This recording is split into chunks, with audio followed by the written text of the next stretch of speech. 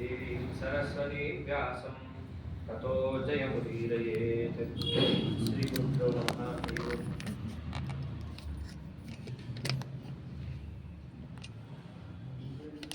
ಭೀಷ್ಮ ಪರ್ವದ ಆರಂಭ. ಭೀಷ್ಮಾಚಾರ್ಯರು ಮೊದಲನೇ ದಿವಸದಿಂದ ಯುದ್ಧವನ್ನು ಹೇಗೆ ಶುರು ಮಾಡಿದ್ರು ಅನ್ನೋದರಿಂದ ಆಗಬೇಕಿತ್ತು. ಆದರೆ ಅದರ ಆರಂಭ ಸ್ವಲ್ಪ ವಿಚಿತ್ರವಾಗಾಯಿತು. ಹೇಳುವ ಕ್ರಮದಲ್ಲಿ ವಿಭಿನ್ನತೆಯನ್ನು ವೇದವ್ಯಾಸ ದೇವರಲ್ಲಿ ತೋರಿಸಿದ್ದಾರೆ. ವೈಶಂಪಾಯನರು ಜನಮೇಜಯನಿಗೆ ಹೇಳುವಾಗ ಎಲ್ಲರೂ ಒಂದು ಕಡೆ ಸೇರಿದರು. ಯುದ್ಧದ ನಿಯಮಗಳನ್ನು ತಾವು ನಿರ್ಣಯ ಮಾಡಿಕೊಂಡ್ರು. ಬೆಳಗಿನಿಂದ ಸಂಜೆ ತನಕ ಮಾತ್ರ ಯುದ್ಧ. ಸಾಯಂಕಾಲ ಸೂರ್ಯಾಸ್ತ ಆದ ಮೇಲೆ ತಮ್ಮ ತಮ್ಮ ಬಂಧು ಬಾಂಧವರು ಆ ಕಡೆಗೂ ಇದ್ದು ಈ ಕಡೆಗೂ ಇದ್ದು ಅವರನ್ನು ಸೌಹಾರ್ದಯುತವಾಗಿ ನಾವು ಭೇಟಿ ಆಗಬಹುದು. ಅಷ್ಟೇ ಅಲ್ಲ, ಈ ಯುದ್ಧದಲ್ಲಿ ಏನು ಬೇಕಾದರೂ ಜಯಪರಾಜಯ ನಿರ್ಣಯ ಬಂದರೂ ಎಷ್ಟೋ ಜನ ಉಳಿತೀವಲ್ಲ, ಉಳಿದವರು ನಾವು ಸೋತ ಪಕ್ಷ, ನಮ್ಮನ್ನು ಅವರು ಗೆದ್ದಿದ್ದಾರೆ ಹಾಗಂತ ಹೇಳಿ ನಾವು ಉಳ್ಕೊಂಡಿದ್ದೀವಿ, ಹೇಗಾದ್ರೂ ಸೇಡು ತೀರಿಸ್ಕೋಬೇಕು ಮುಂದೆ ಅನ್ನೋ ಭಾವನೆಯನ್ನು ನಾವು ಇಟ್ಕೋಬಾರದು. ಈ ನಿರ್ಣಯ ಬಂದಿದೆ ಅದನ್ನು ಒಪ್ಕೋಬೇಕು. ಹೀಗೆ ನಾನಾ ಕರಾರುಗಳನ್ನ ಭೀಷ್ಮಾಚಾರ್ಯರ ಸಾರಥ್ಯದಲ್ಲಿ ಮಾಡಿದ್ದು ಉದ್ಯೋಗ ಪರ್ವ ಮತ್ತು ಕೆಲವೊಂದು ಭೀಷ್ಮ ಪರ್ವದ ಆರಂಭದಲ್ಲಿ ಬರುತ್ತೆ. ಆನಂತರದಲ್ಲಿ ತಕ್ಷಣ ಪ್ರಾರಂಭ ಆಗೋದೇನೆ ವಿಚಿತ್ರವಾಗಿ ಸಂಜಯ ತಾನೇ ಓಡಿ ಬರ್ತಾನೆ ಧೃತರಾಷ್ಟ್ರ ಇದ್ದಲ್ಲಿಗೆ. ಬಂದು ಅವರು ತಿಳಿಸ್ತಾರೆ, ಆದಷ್ಟ ನಿಹತಂ ಭೀಷ್ಮಂ ಭರತಾನಾಂ ಪಿತಾಮಹಂ. ಮೊದಲು ಬಂದು ಹೇಳಿದ್ದೆ, ಭೀಷ್ಮಾಚಾರ್ಯರು ಬಿದ್ದಿದ್ದಾರೆ, ಭರತ ಕುಲದ ಪಿತಾಮಹರು ಇವತ್ತು ಉರುಳಿದ್ದಾರೆ. ಅದು ಹೇಗೆ? ಹತೋ ಭೀಷ್ಮ ಶಾಂತನವಃ ಭರತಾನಾಂ ಪಿತಾಮಹಃ ಸಶೇತೆ ನಿಹತೋ ರಾಜನ್ ಸಂಖ್ಯೆ ಭೀಷ್ಮ ಶಿಖಂಡಿನ. ಯಾರೋ ದೊಡ್ಡ ದೊಡ್ಡ ವೀರರು ಹೊಡೆದು ಬೀಳಿಸಿದ್ದು ಅಂತ ನಾನು ನೋಡ್ಲಿಲ್ಲ. ಯಾರು ಬೀಳಿಸಿದ್ದವನನ್ನ? ಶಿಖಂಡಿ ಹೊಡೆದು ಬೀಳಿಸ್ಬಿಟ್ಟ. ಭೀಷ್ಮಾಚಾರ್ಯರು ಅಂತ ದೊಡ್ಡ ಮೇರು ಪರ್ವತ, ಯುದ್ಧದಲ್ಲಿ ಅವರಿಗೆ ಸರಿಗಟ್ಟದಂತವರು ಮತ್ತೊಬ್ಬರಿಲ್ಲ ಅಂತವನನ್ನ ಶಿಖಂಡಿ ಹೊಡೆದ. ಪಾಂಡವರಲ್ಲ, ದುಷ್ಟದ್ಯುಮ್ನ ಅಲ್ಲ, ಮತ್ತೊಬ್ಬರಲ್ಲ. ಆಶ್ಚರ್ಯ ಆಯಿತು. ಕುರುಡ ರಾಜ ಎಲ್ಲ ನೋಡಿ ಬಂದವನು ಹೇಳ್ತಾ ಇದ್ದಾನೆ, ಪ್ರತ್ಯಕ್ಷದರ್ಶಿ ಸಂಜಯ. ಧೃತರಾಷ್ಟ್ರ ಆವಾಗ ಬಹಳಷ್ಟು ಮೊದಲು ವ್ಯಾಕುಲನಾಗ್ತಾನೆ, ವಿಫಲನಾಗ್ತಾನೆ.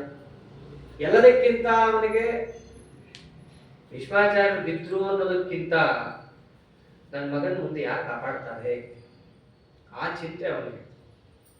ಅವನಂತಾನೆ, ಕಥಂ ನಾಜಯತ್ ಭೀಷ್ಮಃ ದ್ರೋಣೇ ಜೀವತಿ ಸಂಜಯ ಕೃಪೇ ಸನ್ನಿಹಿತೆ ತತ್ರ ಭರದ್ವಾಜಾತ್ಮಜೇ ತಥಾ ಭೀಷ್ಮಃ ಪ್ರಹರತಾಂ ಶ್ರೇಷ್ಠಃ ಕಥಂ ಸ ನಿಧನಂಗತಃ.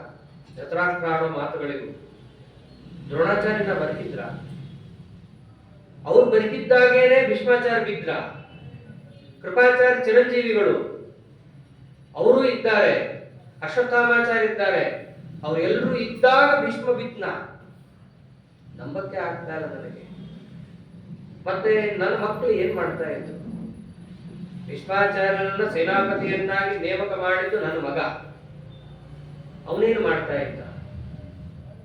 ನಾವೇನೋ ಭೀಷ್ಮಾಚಾರ್ಯರು ಅಂತಂದ್ರೆ ಧರ್ಮಯುದ್ಧ ಮಾಡೋರು ಅಂತ ಅನ್ಕೊಂಡಿದ್ವಿ.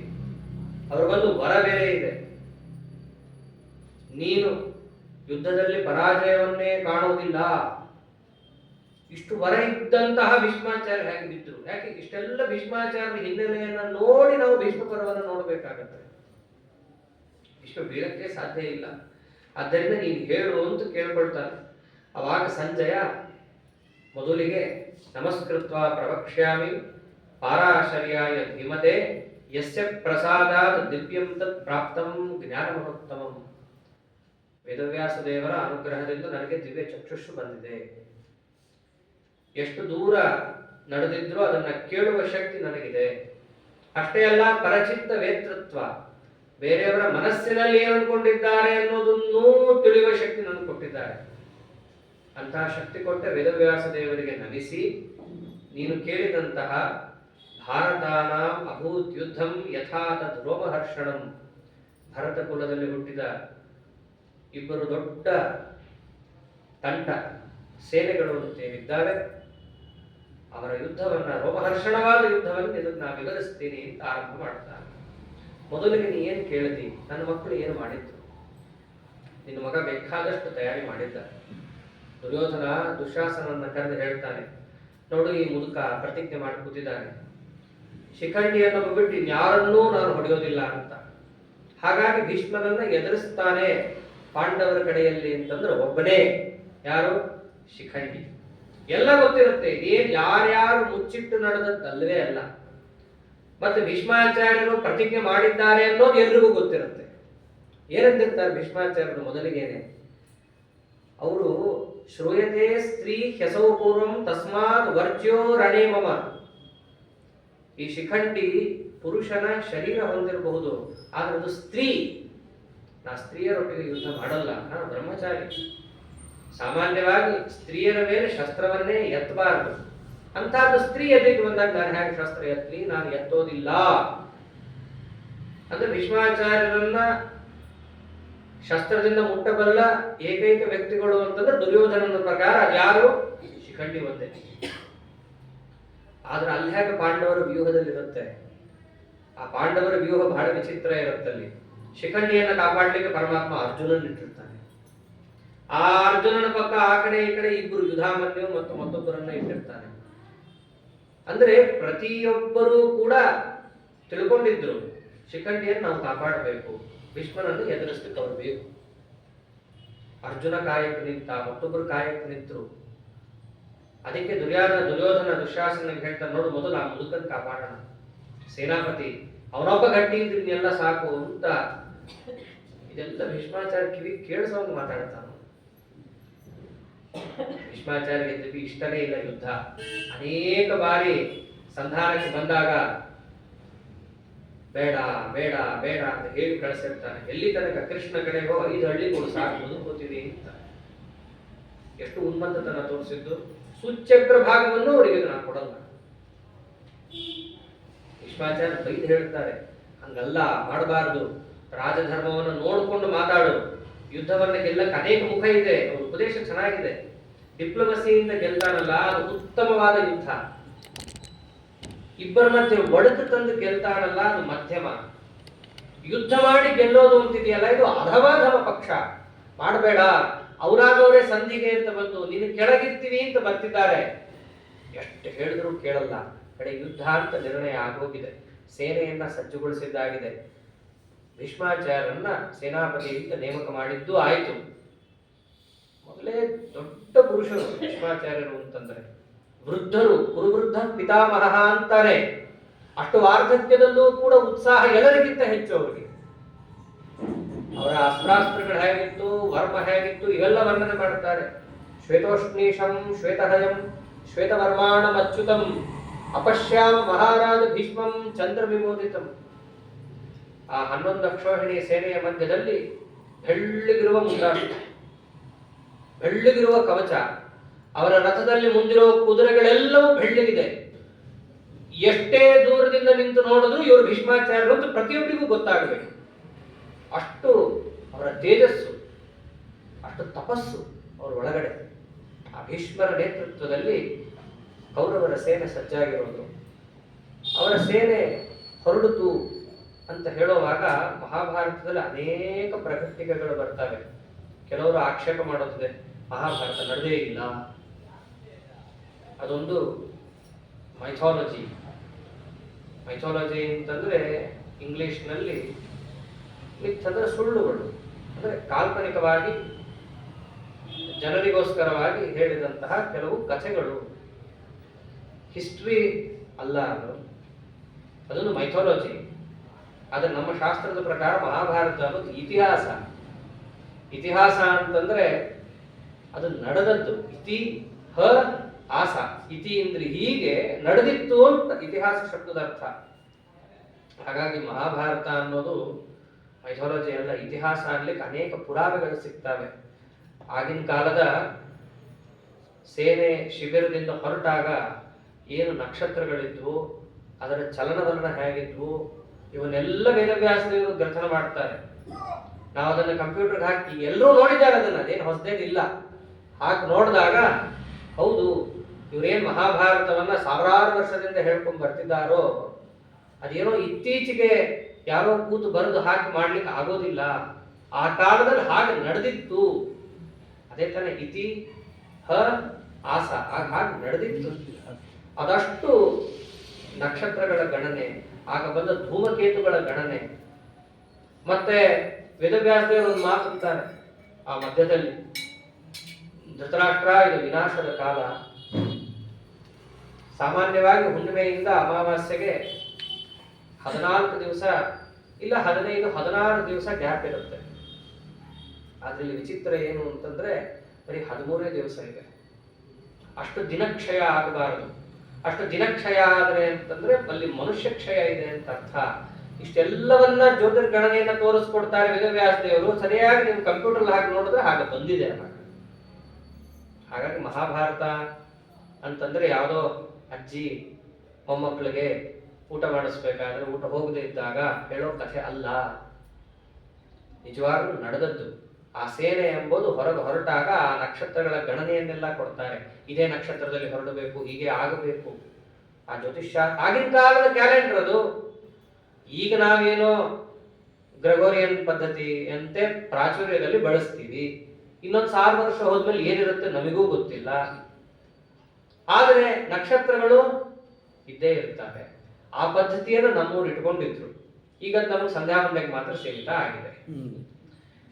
ವಸ್ತುತಃ ಅದು ಸಾರ್ವಕಾಲಿಕವಾಗಿ ಎಲ್ಲರಿಗೂ ಅನ್ವಯವಾಗುವ ಮತ್ತು ಈಗಿನ ಕಾಲದಲ್ಲಿ ಏನು ಶಬ್ದ ಬಳಸ್ತಾರಲ್ಲ ವೈಜ್ಞಾನಿಕ ಅಂತ ಕಾಲಗಣನಾ ಪದ್ಧತಿ ಅದು. ಆ ಪದ್ಧತಿಯನ್ನ ಗ್ರಥನ ಮಾಡಿ ತೋರಿಸ್ತಾರೆ ವೇದವ್ಯಾಸದೇವರು ಮಹಾಭಾರತದಲ್ಲಿ. ಹಾಗಾಗಿ ಮಹಾಭಾರತ ಅಂತಂದ್ರೆ ಅದೇನೋ ಸುಳ್ಳು ಕಥೆಗಳಲ್ಲ, ನಿಜವಾಗಿಯೂ ನಡೆದದ್ದು. ಹಾಗೆ ಆ ಕಾಲಗಣನೆಯಲ್ಲಿ ಆ ಸೇನೆ ಹೊರಟಿದ್ದನ್ನು ಗ್ರಥನ ಮಾಡುತ್ತಾರೆ. ಇದರಂತೆ ಪಾಂಡವರ ಸೇನೆಯು ಕೂಡ ಸಜ್ಜಾಗಿ ಆ ಕೌರವರ ಸೇನೆ ಬಂದು ಹೋಗೋದನ್ನ ತಾವು ನೋಡ್ತಾರೆ. ಧರ್ಮರಾಜ ಭೀಮನನ್ನ ಕರೆಯದೆ ಮೊದಲು ಅರ್ಜುನನನ್ನ ಕರೀತಾನೆ. ಅರ್ಜುನ, ನೀನು ದೇವಲೋಕದಲ್ಲೆಲ್ಲ ವ್ಯೂಹ ಕಲ್ತ್ಕೊಂಡ್ ಬಂದಿದ್ದೀಯ, ಏನ್ ವ್ಯೂಹ ಮಾಡಿದ್ರು ಉತ್ತಮ ನೀ ಹೇಳು. ಯದ್ಯಪಿ ಕರಿಬೇಕಾಗಿದ್ದು ಧೃಷ್ಟದ್ಯುಮ್ನನನ್ನ, ಯಾಕೆ ಅವನು ಸೇನಾಪತಿ. ಅರ್ಜುನನನ್ನು ಕರೀತಾರೆ. ಅರ್ಜುನನನ್ನು ಕರೆದು ಹೇಳಿದಾಗ ಅರ್ಜುನ ಅಂತ ನೋಡ್ರಿ, ನಾವೆಲ್ಲ ಕಲ್ತಿರೋ ಪ್ರಕಾರ ವಜ್ರ ವ್ಯೂಹ ಮಾಡೋಣ, ಆ ವ್ಯೂಹದಂತೆ ನಾವು ನಡ್ಕೊಳ್ಳೋಣ ಅಂತ ಅರ್ಜುನ ಹೇಳಿದಂತೆ ತನ್ನ ಸೇನೆಯನ್ನ ಸಜ್ಜುಗೊಳಿಸಿ ಧರ್ಮರಾಜ ವಜ್ರವ್ಯೂಹ ಅಂತಂದ್ರೆ ಸಾಮಾನ್ಯ ಅಲ್ಲ, ಅದು ಎದುರುಗಡೆ ಒಬ್ಬ ಮಹಾಪರಾಕ್ರಮಿ ನಿಲ್ಬೇಕು. ಯಾರು ನಿಲ್ಸೋಣ ಅಂತಂದ್ರೆ ಅರ್ಜುನನೇ ಹೇಳ್ತಾನೆ, ನಮ್ಮಲ್ಲಿರುವ ಅತ್ಯಂತ ಪರಾಕ್ರಮಿ ಅಂತಂದ್ರೆ, ಹೋರಾಡಬಲ್ಲ ಪರಾಕ್ರಮಿ ಅಂತಂದ್ರೆ ಅದು ಭೀಮ. ಯದ್ಯಪಿ ಕೃಷ್ಣನೇ ಎಲ್ಲದಕ್ಕಿಂತ ಪರಾಕ್ರಮಿ, ಆದ್ರೆ ಅವನು ಹೋರಾಡಲ್ಲ ಅಂತ ಹೇಳ್ಬಿಟ್ಟಿದ್ದಾನೆ. ಅವನು ನಿಲ್ಸಕ್ಕಾಗಲ್ಲ. ಮತ್ತೆ ಯಾರನ್ನು ನಿಲ್ಲಿಸ್ಬೋದು? ಭೀಮನನ್ನು ನಿಲ್ಸೋಣ. ಆ ವ್ಯೂಹದ ಮುಂಭಾಗದಲ್ಲಿ ಅವನ ನಿಂತ್ರೆ ಸಾಕು, ಎದುರಿಗಿರೋರು ನಡಗಿ ಹೋಗ್ತಾರೆ. ಆದ್ದರಿಂದ ಭೀಮನನ್ನು ನಮ್ಮ ವ್ಯೂಹದ ಮುಂದೆ ನಿಲ್ಲಿಸೋಣ ಅಂತ ಹೇಳಿ ಧರ್ಮರಾಜ ಶಿಬಿರದಿಂದ ಹೊರಗೆ ಬರ್ತಿರ್ಲಿಕ್ಕೆ ಕೃಷ್ಣ ಕರೀತಾನೆ, ಬಾಯಿ ಎಲ್ಲಿಗೆ ಹೊರಟಿದೀಯ? ಮೊದಲು ಪೂಜೆ ಮಾಡು ಅಂತಾನೆ. ಯಾರ ಪೂಜೆ? ಗಣಪತಿ ಪೂಜೆ ಮಾಡು ಅಂತ ಕರೆಸ್ತಾನೆ. ಮೊದಲು ನೀ ಗಣಪತಿ ಪೂಜೆ ಮಾಡು. ಇದನ್ನೇ ಹರಿಕಥಾಮೃತ ಪ್ರಸಾದದಲ್ಲೂ ಹೇಳಿದ್ದು. ಶಂಕರಾತ್ಮಜ ತೆರೆಗತಿಗೆ ಶುಕ್ರ ಶಿಷ್ಯರ ಸಂಹರಿಸುವುದಕ್ಕೆ ಶಕ್ರನಿನ್ನು ಪೂಜಿಸಿದನು ಗುರುಕ್ರಮ ಶ್ರೀರಾಮಚಂದ್ರನು ಸೇತುಮುಖದಲ್ಲಿ. ಚಕ್ರವರ್ತಿಪ ಧರ್ಮರಾಜನು ಚಕ್ರಪಾಣಿಯ ನುಡಿಗೆ ಭಜಿಸಿದ ವಕ್ರತುಂಡನೆ ನಿಂದಳೊಂದುಟು ಈಶನುಗ್ರಹವು. ಕೃಷ್ಣನೇ ಕರೆದು ಪೂಜೆ ಮಾಡಿಸ್ತಾನೆ. ಮೊದಲು ಗಣಪತಿ ಪೂಜೆ ಮಾಡು. ಅಲ್ಲಿ ದುರ್ಯೋಧನ ಮಾಡಿರಲ್ಲ, ಅವನದ್ದೇ ಚಿಂತೆ, ಅವನ ಮಜಲಲ್ಲಿ ಅವನಿರ್ತಾನೆ. ಮತ್ತೊಬ್ಬರನ್ನ ಹೇಳೋದು ಕೇಳೋದಿರ್ಲಿ, ತಮ್ಮ ಸೇನಾಪತಿ ಮೇಲೆ ಅವನಿಗೆ ಗೌರವ ಇರಲ್ಲ. ಆ ಅವಸ್ಥೆ ಅಲ್ಲಿ. ಅರ್ಜುನ ಒಂದು ಮಾತಂತಾನೆ ವ್ಯೂಹ ರಚನೆ ಮಾಡಬೇಕಾದ್ರೆ, ಅರ್ಜುನ 11 ಅಕ್ಷೋಹಿಣಿ ಸೇನೆ ಇದೆ ಅವ್ರದ್ದು, ನಮ್ದು 7 ಇದೆ, ಯಾವ ವ್ಯೂಹ ನೋಡ್ಕೊಂಡು ಮಾಡು ಅಂತಂದಾಗ ಅರ್ಜುನ ಒಳ್ಳೆ ಮಾತಂತಾನೆ. ಅವರಲ್ಲಿ 11 ಅಕ್ಷೋಹಿಣಿ ಇರ್ಬೋದು, ಆದ್ರೆ ಯಾರಿಗೂ ಸಂತೋಷ ಇಲ್ಲ. ನಮ್ಮಲ್ಲಿ 7 ಇರ್ಬೋದು, ಆದ್ರೆ ಪ್ರತಿಯೊಬ್ಬರಿಗೂ ಉತ್ಸಾಹ ಇದೆ. ಉತ್ಸುಕರಾದ 50 ಜನ ಸಾಕು, ಲಕ್ಷೋಪಲಕ್ಷ ಜನರನ್ನ ಕೊಂದು ಬಂದ್ಬಿಡುತ್ತಾರೆ. ಅದೇ ಉತ್ಸಾಹ ಇಲ್ಲದೆ ಎಷ್ಟೋ ಜನ ಇರಲಿ, ಅವ್ರು ಯಾತಕ್ಕೂ ಪ್ರಯೋಜನಕ್ಕಿಲ್ಲ. ಇವೆಲ್ಲ ಮಹಾಭಾರತದಲ್ಲಿರೋ ಮಾತು, ಕೆಲವು ಇತಿಹಾಸದಲ್ಲೇ ನೋಡ್ತೀವಿ. ಶಿವಾಜಿ ಅವರ ಕಥೆಯಲ್ಲೆಲ್ಲ ಅವನ ಹತ್ರ ಇದ್ದಿದ್ದು ಬರೀ ಮುಷ್ಟಿಯಷ್ಟು ಸೇನೆ ಅಷ್ಟೇ. ಆದ್ರೆ ಎಂತ ದೊಡ್ಡ ದೊಡ್ಡ ಮೊಘಲರನ್ನೆಲ್ಲ ಹೊಡೆದು ಬಂದಿದ್ದನ್ನೆಲ್ಲ ನಾವು ಕೇಳಿದಾಗ ಅವೆಲ್ಲ ಮಹಾಭಾರತದ ಉಲ್ಲೇಖ ಕೂಡ ಆಗಿದೆ ಅಂತ ನೋಡಿದ್ರೆ ನಮ್ಗೇನಷ್ಟು ಆಶ್ಚರ್ಯ ಅನ್ಸಲ್ಲ. ಹೌದು, ಉತ್ಸಾಹ ಇರೋರು ಇದ್ರೆ ಸಾಕು, 10-20 ಜನ ಏನು ಬೇಕಾದ್ರೂ ಸಾಧಿಸ್ಬಿಡ್ತಾರೆ. ಅರ್ಜುನ ಇಷ್ಟೆಲ್ಲ ಧೈರ್ಯ ತುಂಬುತ್ತಾನೆ. ಮೇಲಾಗಿ ಅರ್ಜುನ ಎಲ್ಲರಿಗಿಂತ ಒಂದು ಒಳ್ಳೆ ಮಾತಾಡ್ತಾನೆ. ನೋಡು, ನಿನಗೆ ಬೇಕಿರೋದು ಜಯ. ಜಯ ಬೇಕು ಅಂತಂದ್ರೆ ನಮ್ಗೆ ಒಂದೇ ದಾರಿ ಇದೆ. ಆ ಜಯ ಒಬ್ಬರ ಹಿಂದೆ ಇರುತ್ತೆ ಯಾವಾಗ್ಲೂ. ಯಾರ ಹಿಂದೆ? ಗುಣಭೂತೋ ಜಯ ಕೃಷ್ಣೆ ಪೃಷ್ಠತೋ ಭೇತಿ ಮಾಧವಂ. ಜಯ ಯಾವಾಗಲೂ ಕೃಷ್ಣನ ಹಿಂದೆನೆ ಹೋಗ್ತಾ ಇರುತ್ತೆ. ನಾವು ಕೃಷ್ಣನಿಂದ ಹೋದ್ರೆ ಸಾಕು, ಜಯ ನಮ್ಮ ಪಕ್ಕದಲ್ಲಿರುತ್ತೆ. ನಾವು ಕೃಷ್ಣ ಹೇಳಿದಂಗೆ ಹೋಗ್ಬಿಡೋಣ, ನಮ್ಮ ಸ್ವಾಮಿ ದಾರಿ ತೋರಿಸ್ತಾನೆ. ಆ ದಾರಿಯಲ್ಲಿ ನಾವು ನಡ್ಕೊಂಡು ಹೋದ್ರೆ ಸಾಕು, ನಮ್ಮ ಬಗ್ಗೆ ಜಯ ಇರುತ್ತೆ. ಆದ್ದರಿಂದ ಅನುಕೃಷ್ಟಂ ಜಯಮೇತಿ ನೈರುಕ್ತಂ ತತ್ರ ತೈರ್ಜಿತಂ ತತ್ಪ್ರಸಾದಾಬ್ಧಿ ತ್ರೈಲೋಕ್ಯಂ ಪ್ರಾಪ್ತಂ ಶಕ್ರಾದಿವಿಸ್ವರೈಹಿ. ಕೃಷ್ಣನನ್ನ ನೆನೆಸ್ಕೊಳ್ಳೋಣ, ಮುನ್ನುಗ್ಗೋಣ. ನಮಗ್ ಒಂದೇನೆ ಜಯ, ಬೇರೆದಕ್ಕೆ ನಮಗೆ ಅವಕಾಶನೇ ಇಲ್ಲ.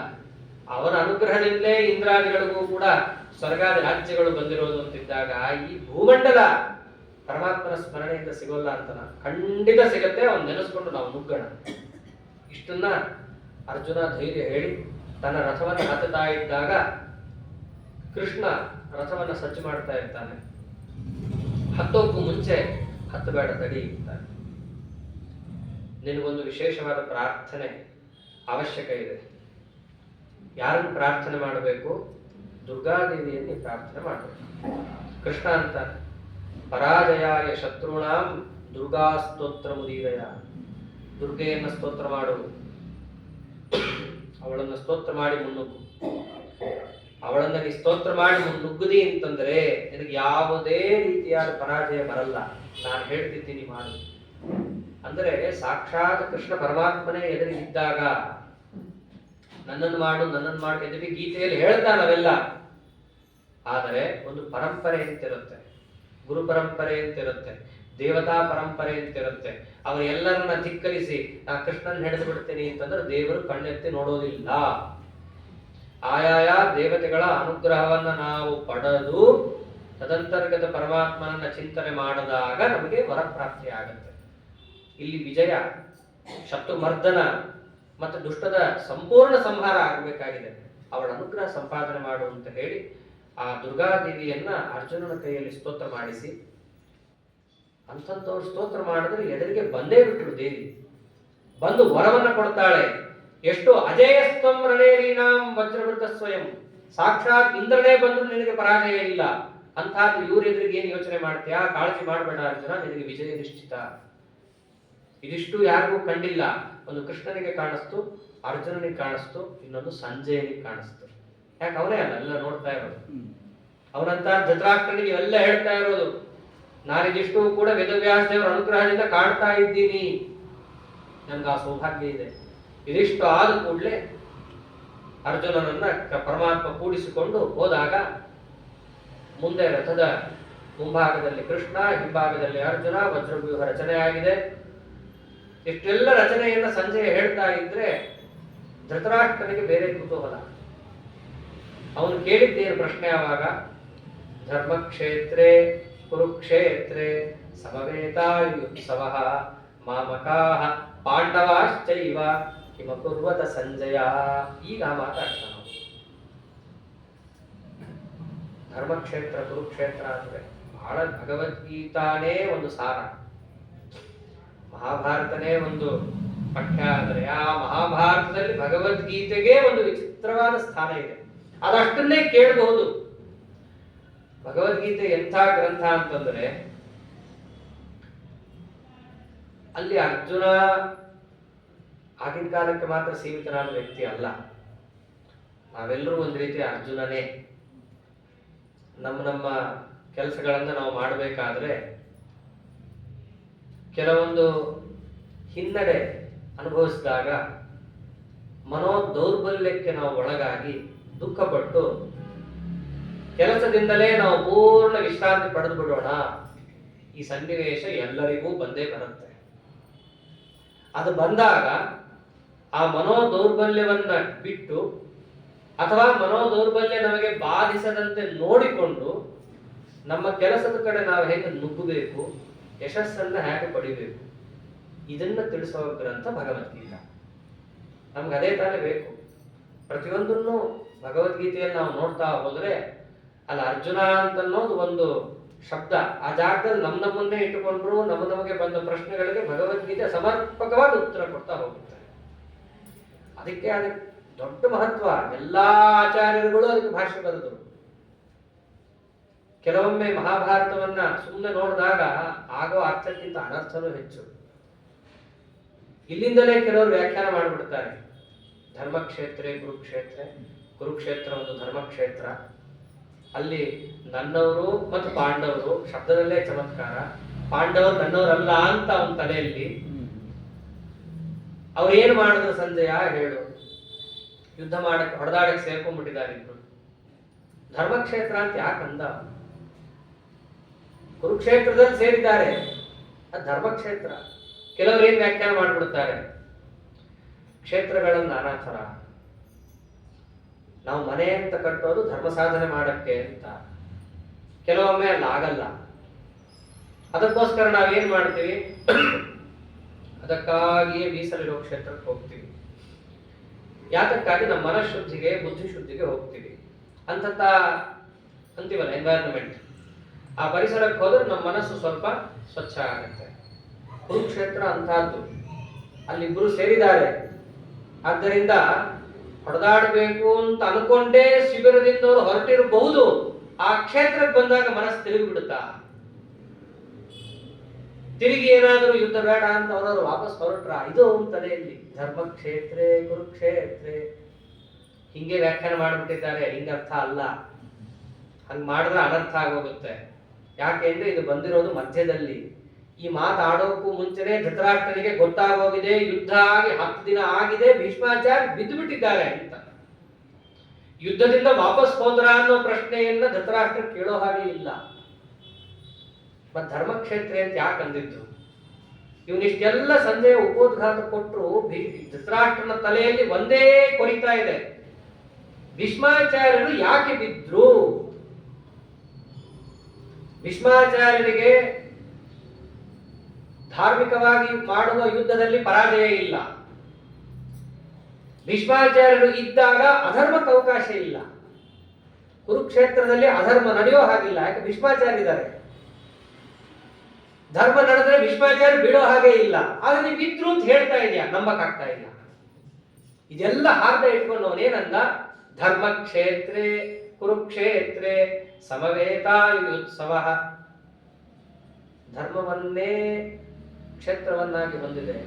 ಭೀಷ್ಮಾಚಾರ್ಯರು ಧರ್ಮವನ್ನೇ ನಂಬುದವರು, ಅವರು ಬೀಳಂಗಿಲ್ಲ. ಅಲ್ಲಿ ಸೇರ್ಬಿಟ್ಟಿದ್ದಾರೆ ನಮ್ಮಿಬ್ರು. ಅವ್ರ ಮಧ್ಯೆ ಏನ್ ನಡೀತು ಹೇಳು? ಅವಾಗ ಸಂಜೆ ಬಹಳ ಚೆನ್ನಾಗಿ ವಿವರಿಸ್ತಾನೆ. ಸೇರಿದ್ ನಿಜ, ಇಬ್ರು ಹತ್ರು. ಮೊದಲು ನಿನ್ನ ಮಗ ಅತ್ತ ದುರ್ಯೋಧನ, ಅಳೋವಾಗ್ಲೂ ಪಾಲಿಟಿಕ್ಸ್ ಮಾಡೇ ಅತ್ತ. ಎಷ್ಟು ರಾಜಕೀಯ. ಸೇನೆಯ ಪ್ರಮುಖರು ಭೀಷ್ಮಾಚಾರ್ಯರು. ಏನೇ ನಿರ್ಣಯ ಕೈಗೊಳ್ಳಬೇಕಾದ್ರೂ ಯಾರ ಹತ್ರ ಕೈಗೊಳ್ಳಬೇಕು? ಭೀಷ್ಮರ ಹತ್ರ ಬಂದು ಮಾತಾಡಬೇಕು. ಭೀಷ್ಮರ ಪಕ್ಕದಲ್ಲೇ ಇರುವ ದ್ರೋಣಾಚಾರ್ಯ ಹತ್ರ ಬಂದು ಮಾತಾಡ್ತಾನೆ. ದ್ರೋಣಾಚಾರ್ಯರೇ, ಅವರನ್ನು ಕೂಡ ನಿಮ್ಮನ್ನು ನಂಬಕ್ಕಾಗಲ್ಲ. ಯಾಕೆ? ನಿಮ್ಮ ಅರ್ಜುನ ನಿಮ್ಮ ಪ್ರೀತಿ ಶಿಷ್ಯ, ಆದ್ದರಿಂದ ನಿಮ್ಮನ್ನು ನಂಬಕ್ಕಾಗಲ್ಲ. ಪಾಂಡಪುತ್ರನ ಗುರುಗಳು ನೀವು. ಆದ್ದರಿಂದ ನಿಮ್ಮ ಹತ್ರ ಬಂದ್ರೆ ಹೇಳ್ಕೊತೀನಿ. ಅವ್ರ ಕಡೆ ನೋಡ್ರಿ ಎಷ್ಟು ಜನ ಇದ್ದಾರೆ ಹೋರಾಡೋರು. ಪ್ರತಿಯೊಬ್ರು ಭೀಮ ಅರ್ಜುನನ್ ಥರನೇ ಇದ್ದಾರೆ. ಯಾಕೆಂದ್ರೆ ದುರ್ಯೋಧನನ ತಲೆಯಲ್ಲಿ ಅವರಿಬ್ಬರೇ ಇರೋದು. ಬೇರೆಯವರು ದುರ್ಯೋಧನನ ತಲೆಯಲ್ಲಿ ಇಲ್ಲವೇ ಇಲ್ಲ. ಒಂದು ಭೀಮ ಅಂತಾರೆ, ಭೀಮಾರ್ಜುನ ಸಮಾನಯುಧಿ. ಪ್ರತಿಯೊಬ್ಬರು ಎದುರಿಗಿದ್ದವರು ಭೀಮಾರ್ಜುನ ಸಮಾನರು. ಯಾರ್ಯಾರಿದ್ದಾರೆ ಗೊತ್ತಾ ಅವ್ರ ಕಡೆ ಅಂತ ಒಂದು ಪಟ್ಟಿ ಕೊಡ್ತಾನೆ. 7 ಅಕ್ಷರ ಹಿಡಿ ಇರ್ಬೋದು, ಆದ್ರೆ ಅವರಲ್ಲಿ ಪ್ರಮುಖರು 18 ಜನ ಇದ್ದಾರೆ. ಆಬಾಲ ವೃದ್ಧರಿದ್ದಾರೆ. ಎಷ್ಟು ಸೌಭದ್ರೋ ದ್ರೌಪದೇಯಾಶ್ಚ ಸರ್ವೇವ ಮಹಾರಥಾಃ. ಅಭಿಮನ್ಯು 14-15 ವರ್ಷ ಅಷ್ಟೇ, ಅವನನ್ನ ಮಹಾರಥ ಅಂತ ಪರಿಗಣಿಸ್ತಾನೆ. ಇವೆಲ್ಲ ಭೀಷ್ಮಾಚಾರ್ಯ ಪರಿಗಣಿಸೋದು. ಮತ್ತು ದ್ರೌಪದೇಯಾಹ, ದ್ರೌಪದಿಯ ಮಕ್ಕಳು, ಇವರೆಲ್ಲ ಮಹಾರಥರು. ಅವರೆಲ್ಲ ಬಹಳ ದೊಡ್ಡ ದೊಡ್ಡವರೇನಲ್ಲ, 16-17 ಚಿಕ್ಕ ಚಿಕ್ಕ ಹುಡುಗರು. ಭೀಷ್ಮಾಚಾರ್ಯರು ಅಭಿಮನ್ಯುವನ್ನ ಮಹಾರಥಿ ಅಂತ ಪರಿಗಣಿಸ್ಬೇಕಾದ್ರೆ ಅವನು ಎಂಥ ದೊಡ್ಡ ಯೋಧ ಇರಬೇಕು. ಅದನ್ನು ದುರ್ಯೋಧನ ಅಂತಾನೆ. ದುರ್ಯೋಧನ ಎಷ್ಟು ಚಮತ್ಕಾರ ಇದೆ ಅಲ್ಲೇ ಅಂತಂದ್ರೆ 18 ಜನರನ್ನ 7 ಅಕ್ಷೋಹಿಣಿಯಲ್ಲಿ ಪರಿಗಣಿಸಿ, ನಮ್ಮ ಕಡೆ ಯಾರಿದ್ದಾರೆ ಹೇಳ? ನಮ್ಮ ಕಡೆ ಇರೋದು ಭವಾನ್, ನೀವು, ಆ ಹೆಸರುಗಳೇ ಚೆನ್ನಾಗಿದೆ. ಎಲ್ಲಾ ಮುದುಕರು ನಮ್ಮ ಕಡೆ, ಅವ್ರ ಕಡೆ ಹುಡುಗರು. ನೀವು ದ್ರೋಣಾಚಾರ್ಯರು, ಬ್ರಾಹ್ಮಣರು, ಪ್ರಯೋಜನ ಇಲ್ಲ ಯುದ್ಧದಲ್ಲಿ.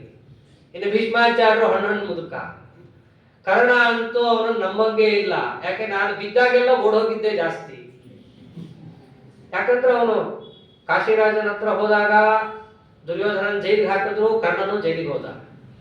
ಗಂಧರ್ವರ ಹತ್ರ ಯುದ್ಧಕ್ಕೆ ದುರ್ಯೋಧನ ಕಪಾಳ ಕೊಡಿಸ್ಕೊಂಡಾಗ ಓಡೆ ಹೊರಟೋದ, ಕರ್ಣ ಬರಲೇ ಇಲ್ಲ. ಯಾವಾಗ ನಂಬಲಿ ಕರ್ಣನ್ನ? ಯಾವ ಸಮಯದಲ್ಲಿ ಕೈ ಹಿಡಿತಾನೆ ಅನ್ಕೊಂಡೋ ಬಿಟ್ಟದ್ದೇ ಹೆಚ್ಚು.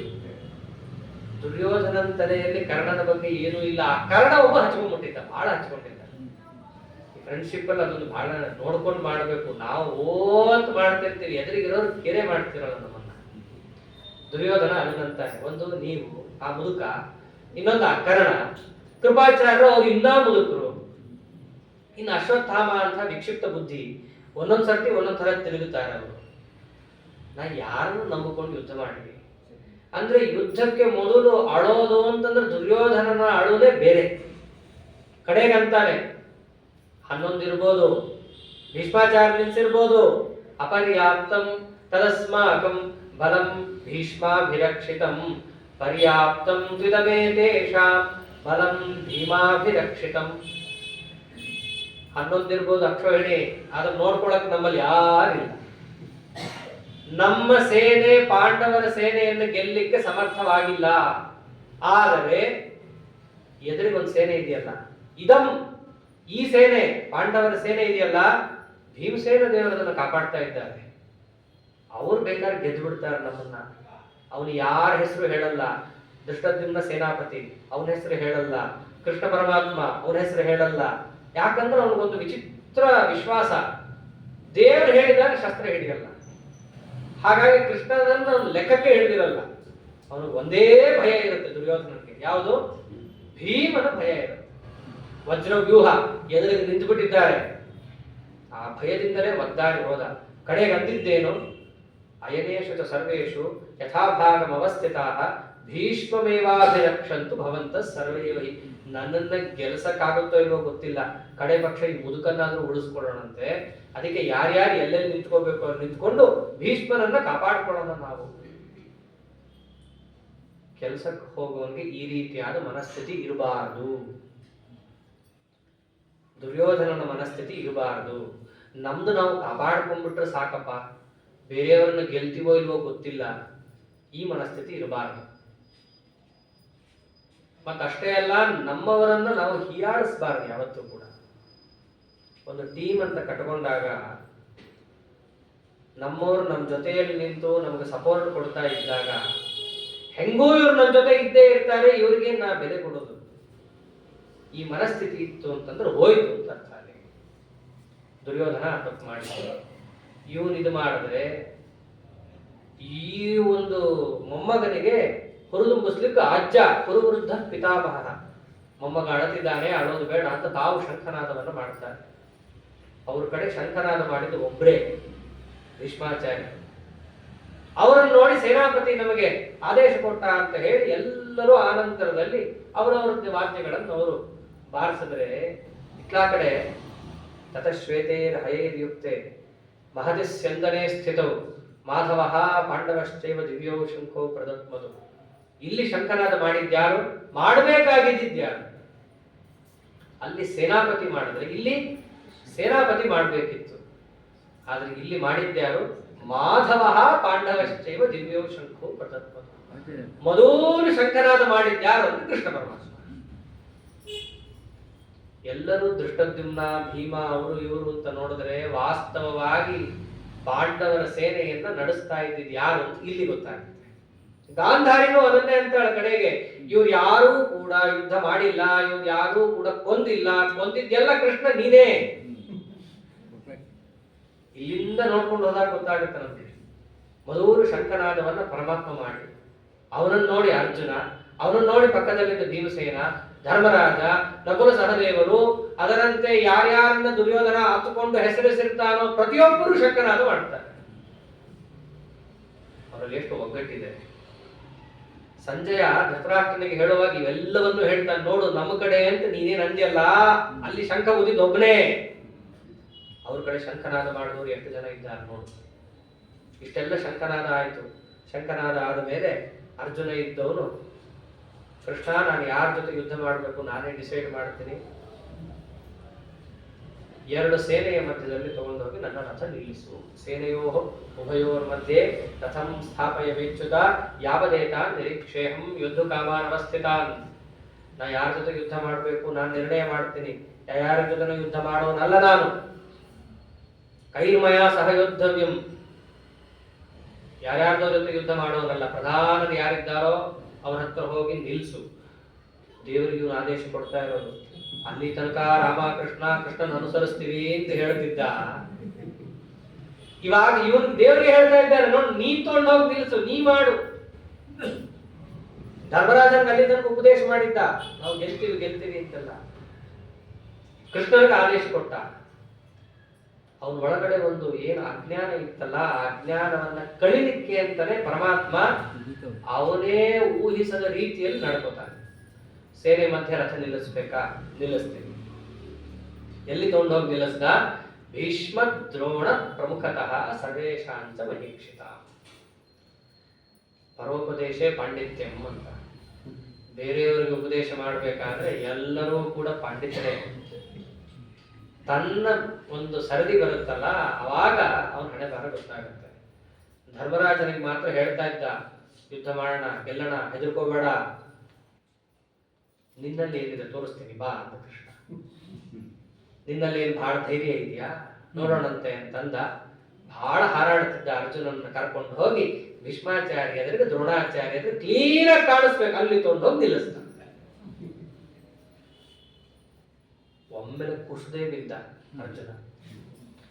ದೇವರು ಏನ್ ಬೇಕಾದ್ರೂ ಮಾಡ್ಬೋದಿತ್ತು, ಕರ್ಣನ್ ಮುಂದೆ ತಗೊಂಡೋಗಿ ನಿಲ್ಲಿಸ್ಬೋದಿತ್ತು, ದುರ್ಯೋಧನ ಮುಂದೆ ತಗೊಂಡೋಗಿ ನಿಲ್ಲಿಸ್ಬೋದಿತ್ತು ಅಂತ ಅವನೇ ದುರ್ಯೋಧನನ್ನ ಬೈತಾನೆ. ಧಾತರಾಷ್ಟ್ರಸ್ಯ ದುರ್ಬುದ್ಧೇಹೇ, ಆ ಧಾತರಾಷ್ಟ್ರ ದುರ್ಬುದ್ಧಿ, ಅವನನ್ನ ಹೊಡಿಲಿಕ್ಕೆ ಅಂತಾನೆ ನಾವು ಬಂದಿದ್ದೀವಿ. ಇಷ್ಟೆಲ್ಲ ಕೊಚ್ಕೊಂಡಿರ್ತಾನೆ. ಹೌದಾ, ನಿನ್ನ ಅಷ್ಟೆಲ್ಲ ಧೈರ್ಯ ಇದೆಯಾ, ನೋಡೇ ಬಿಡೋಣಂತೆ ಅಂತ ಹೇಳಿ ಭೀಷ್ಮರ ಎದುರಿಗೆ ದ್ರೋಣರಿಗೆ ತಗೊಂಡೋಗಿ ನಿಲ್ಲಿಸ್ತಾನೆ. ಒಮ್ಮೆಲೆಗೆ ಕುಸಿದು ಬಿದ್ದ, ಕೈಯಿಂದ ಗಾಂಡೀವ ಬಿತ್ತು, ಮುಖ ಎಲ್ಲ ಬಾಡತು, ಬೆವರ್ತಾ ಇದ್ದಾನೆ, ಕೈ ನಡುಗುತ್ತಾ ಇದೆ. ಆಗಲ್ಲ ಮಾಡಕ್ಕೆ ಅಂತ. ಆಗಲ್ಲ ಮಾಡಕ್ಕೆ ಅಂದ್ರೆ ಬೇರೆ ವಿಷಯ, ನಾ ಮಾಡದೇ ಇರೋದು ಸರಿ ಸಮರ್ಥನೆ ಮಾಡಕ್ಕೆ ಹೋದ. ದುರ್ಯೋಧನನ್ಗೇನೋ ಬುದ್ಧಿ ಇಲ್ಲ, ಅವನು ಕರ್ಕೊಂಡ್ ಬಂದಿದ್ದಾನೆ ಒಂದಿಷ್ಟು ಗುಂಪನ್ನ. ನಮಗಾದ್ರೂ ಬುದ್ಧಿ ಬೇಕಷ್ಟೇ. ನಾವು ಕೂಡ ಯುದ್ಧ ಮಾಡ್ತೀವಿ ಅಂತಂದ್ರೆ ಎಷ್ಟು ಕುಲಕ್ಷಯ ಆಗುತ್ತೆ, ಎಷ್ಟು ಜನ ಸಾಯ್ತಾರೆ. ಸತ್ರ ಅವ್ರ ಹೆಂಡತಿ ಮಕ್ಕಳನ್ನ ಯಾರು ನೋಡೋರು, ಉದ್ಧಾರ ಯಾರು ಮಾಡ್ತಾರ ಅವ್ರನ್ನೆಲ್ಲ. ಸನಾತನ ಧರ್ಮವೇ ಬಿದ್ದೋಗುತ್ತೆ. ಆದ್ದರಿಂದ ಕೃಷ್ಣ ನಾವು ಯುದ್ಧ ಮಾಡಬಾರ್ದು. ಯುದ್ಧ ಮಾಡಿದ್ರೆ ನಮ್ಗೇನು ಪುಣ್ಯ ಬರಲ್ಲ. ಪುಣ್ಯ ಬಿಡು, ನಾವು ಗೆಲ್ತೀವೋ ಇಲ್ವೋ ಗೊತ್ತಿಲ್ಲ. ಯದ್ವಾ ಜಯೇವ ಯದಿವಾ ನೋ ಜಯೇಯುಹು.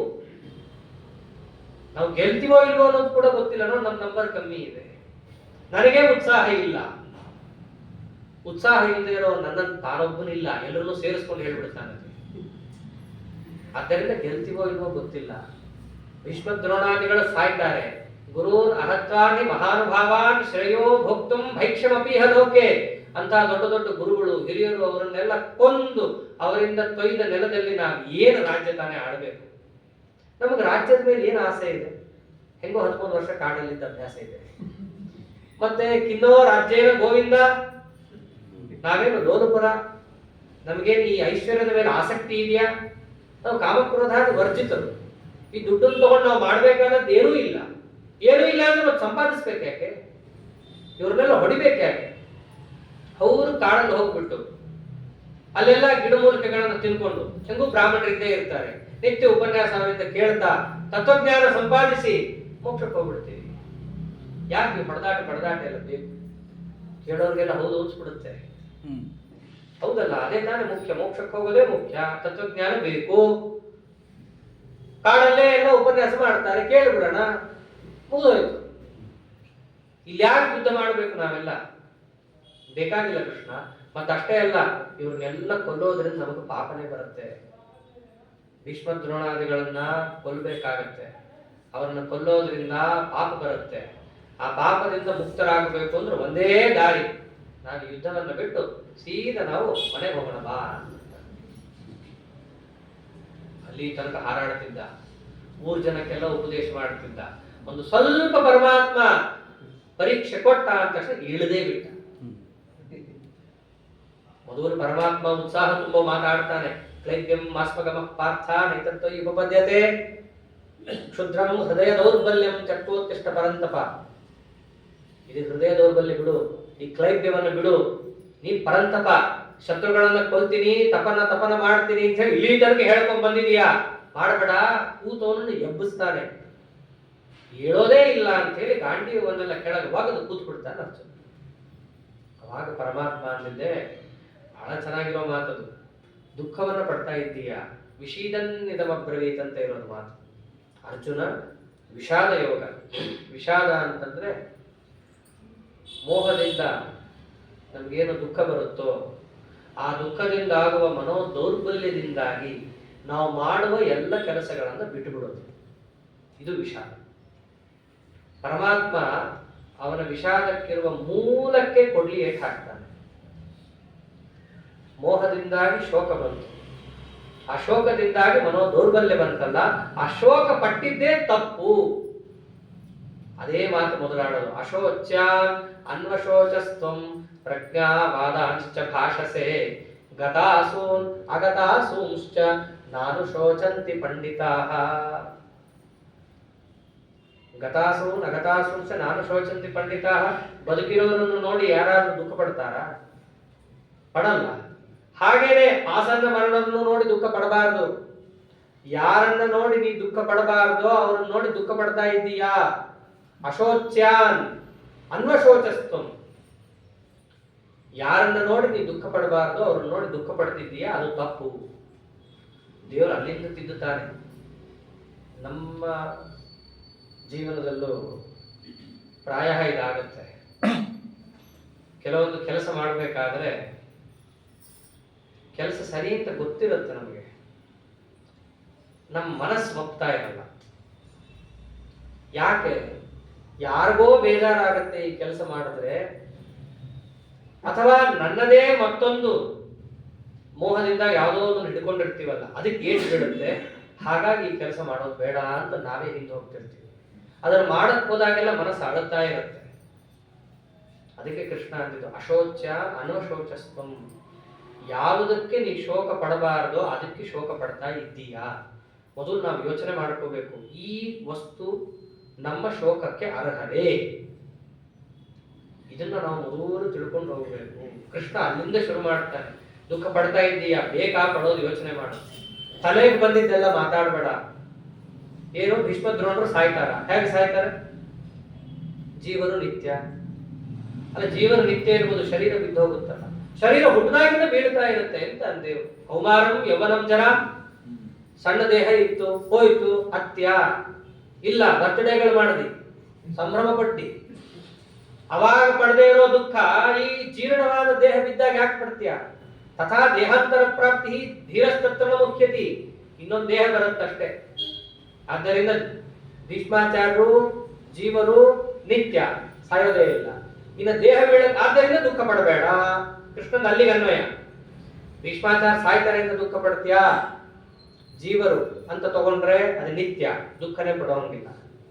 ಇನ್ನು ಶರೀರ ಅಂತ ತಗೊಂಡ್ರೆ ಅದು ಬೀಳ್ತಾನೇ ಇರುತ್ತೆ, ನಿತ್ಯ ಅಳಬೇಕು. ನೀನು ಹಂಗ ಅಳೋದಾದ್ರೆ ನಿತ್ಯ ಯಾರು ಅಳುತ್ತಿಲ್ಲ, ಹಾಗಾಗಿ ಈಗಲೂ ಅಳೋದು ಬೇಕಿಲ್ಲ. ಇಲ್ಲ, ಅವ್ರ ಶರೀರ ಬೀಳುತ್ತೆ ಅಂತ ದುಃಖ ಅಲ್ಲ. ನಾ ಬಾಣಗಿನ ಬಿಟ್ಟಾಗ ಅವ್ರ ಕೈ ಕಾಲು ಹೋಗುತ್ತೆ. ಕೈ ಕಾಲು ಹೋಯ್ತು ಅಂತಂದ್ರೆ ಅದನ್ನ ನೋಡು ದುಃಖ. ಅದು ಇದೆ ಜಗತ್ತಲ್ಲಿ. ಕೆಲವೊಮ್ಮೆ ಆಕ್ಸಿಡೆಂಟ್ ಏನಾರು ಆಗಿ ಕೋಮಾಗಿ ಹೋಗ್ಬಿಟ್ರು ಅಂದ್ರೆ ಸುತ್ತಲೂ ಮುತ್ತಲು ಬಂಧು ಬಾಂಧವರು ಅವರೇ ಅಂತಾರೆ, ಇವನು ಹೋಗ್ಬಿಟ್ಟಿದ್ರೆ ಚೆನ್ನಾಗಿರ್ತಾ ಇತ್ತು. ಅಥವಾ ಅಂಗವೈಕಲ್ಯ ಆಯ್ತು ಅಂತಂದ್ರೆ ಇಷ್ಟು ಕಷ್ಟ ಪಡೋ ಬದಲು ಹೋಗ್ಬಿಟ್ಟಿದ್ರೆ ಚೆನ್ನಾಗಿರ್ತಾರೆ. ಇವೆಲ್ಲ ಲೋಕದಲ್ಲಿ ಇದೆ ಮಾತುಗಳು. ಅರ್ಜುನ ಅದನ್ನೇ ಅಂತಾನೆ, ಸತ್ತೋಗ್ಬಿಟ್ರೆ ಪರವಾಗಿಲ್ಲ ಭೀಷ್ಮಾಚಾರ್ಯರು ಎದುರಿಗೇನೆ ನಮ್ಮ ಕಣ್ಣಿಗೆ ಏನೋ ಕೈಲಾಗದವರಂತೆ ಅವರಿದ್ದಾಗ ಅವರನ್ನ ನಾವು ಕಣ್ಣಿಂದ ನೋಡ್ಬೇಕಲ್ಲ, ಈ ದುಃಖ ಆಗುತ್ತಲ್ಲ ಕೃಷ್ಣ, ನಾ ದುಃಖ ಪಡಬೇಡ ಅಂದ್ರೆ ಹೇಗೆ? ಎಲ್ಲಾ ಪ್ರಶ್ನೆನೂ ಹಾಕ್ತಾನ. ಅವಾಗ ಅಂದಿದ್ದೇನೆ, ಮಾತ್ರ ಸ್ಪರ್ಶಾಸ್ತು ಕೌಂತೆಯ ಶೀತೋಷ್ಣ ಸುಖ ದುಃಖದಾಹ ಆಗಮ ಪಾಯಿನೋ ನಿತ್ಯ ತಾನು ತಿತಿಕ್ಷಸ್ವ ಭಾರತ. ಮೂಲ ಬೀಜವನ್ನ ಹೇಳ್ತಾನೆ. ದುಃಖಕ್ಕೆ ಏನು ಕಾರಣ? ದುಃಖಕ್ಕೆ ಕಾರಣ ಅಭಿಮಾನ. ಅಭಿಮಾನ ಬಿಟ್ಟು ಮತ್ತೊಂದು ದುಃಖ ಕಾರಣ ಅಲ್ಲ. ವಿಷಯಗಳ ಮೇಲಿರುವ ಅಭಿಮಾನ ನಿಮ್ಮನ್ನ ದುಃಖಕ್ಕೆ ತಳ್ಳುತ್ತೆ. ಸತ್ಯಧ್ಯಾನ ತೀರ್ಥರು ಗೀತಾ ಪ್ರತಿಪದಾರ್ಥ ಚಂದ್ರಿಕಾ ಅಂತ ಒಂದು ಗ್ರಂಥ ಬರೆದಾಗ ಅಲ್ಲಿ ಹೇಳ್ತಾರೆ, ಅಭಿಮಾನದಿಂದ ದುಃಖ ಹೇಗೆ. ಈಗ ಒಬ್ಬ ಸ್ವಾಮಿಗಳು ಅಂತಂದ್ರೆ ಭಿಕ್ಷಾಗೆ ಕರೆಸೋದು ಸಹಜ. ಭಿಕ್ಷಾಗೆ ಕರೆಸಿದಾಗ ಒಬ್ಬ ಶ್ರೀಮಂತನ ಮನೆ, ಹೊಸ ಮನೆ ಸ್ವಾಮಿಗಳನ್ನು ಕರೆಸಿ, ಹಳೆ ಕಾಲ ಶಾಟಿ ಗೀಟಿ ಒಣಗಿ ಹಾಕಬೇಕು, ಕೋಲ್ಗೀಲ್ ಇರಲ್ಲ ಅವ್ರ ಮನೆಯಲ್ಲಿ. ಏನ್ ಮಾಡ್ತಾರೆ? ಗೋಡೆಗೆ ಮಳೆ ಹೊಡೆದು ಶಾಟಿ ಒಣಗಿ ಹಾಕೋದು. ಹೊಸ ಮನೆ, ಗೋಡೆ ಹೊಸದು, ಸ್ವಾಮಿಗಳು ಶಾಟಿ ಒಣಗಿ ಹಾಕ್ಬೇಕು, ಮಳೆ ಹೊಡಿಬೇಕು.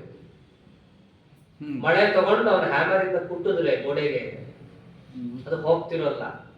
ಬೇರೆ ಸಂಬಂಧಿಕರು ಬರ್ತಾರೆ, ಜೋರಾಗಿ ಹೊಡಿ ಅಂತಾರೆ.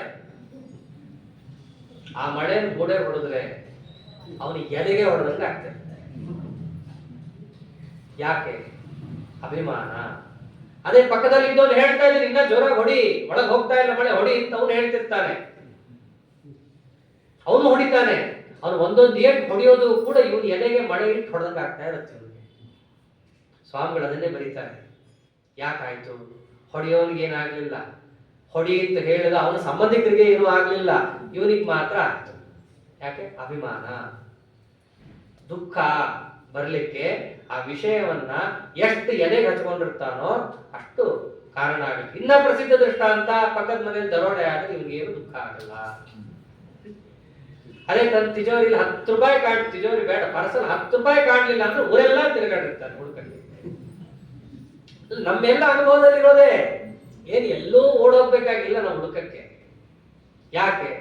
ಆ ವಿಷಯದ ಮೇಲಿನ ಅಭಿಮಾನ ನಮಗೆ ದುಃಖಕ್ಕೆ ಕಾರಣ ಆಗುತ್ತೆ. ಅದನ್ನೇ ಅಂತಾರೆ, ಮಾತ್ರ ಸ್ಪರ್ಶಾಸ್ತು ಕೌಂತೆಯ ಶೀತೋಷ್ಣ ಸುಖ ದುಃಖದಾಹ ಆಗಮ ಪಾಯಿನಃ ಅನಿತ್ಯ ತಾನ್ ತಿತಿಕ್ಷಸ್ವ ಭಾರತ. ಅದನ್ನು ತಿತಿಕ್ಷಸ್ವ ಅಂತಂದ್ರೆ ಆ ಅಭಿಮಾನವನ್ನ ಬಿಟ್ಟು ವಿಷಯದ ಸಂಬಂಧವಾದರೂ ದುಃಖವಾಗದಂತೆ ನೋಡ್ಕೋ. ಸಂಸಾರದಲ್ಲಿದ್ದ ಮೇಲೆ ದುಃಖ ಆಗೋದೇ, ವಿಷಯ ಸಂಬಂಧ ಆಗೋದೇ. ಆ ವಿಷಯದ ಸಂಬಂಧ ಆದಾಗ ವಿಷಯದ ಮೇಲೆ ಅಭಿಮಾನವನ್ನು ನೀವು ಬಿಟ್ಟಿದ್ರೆ ನಿಮಗೆ ದುಃಖ ಆಗೋದಿಲ್ಲ.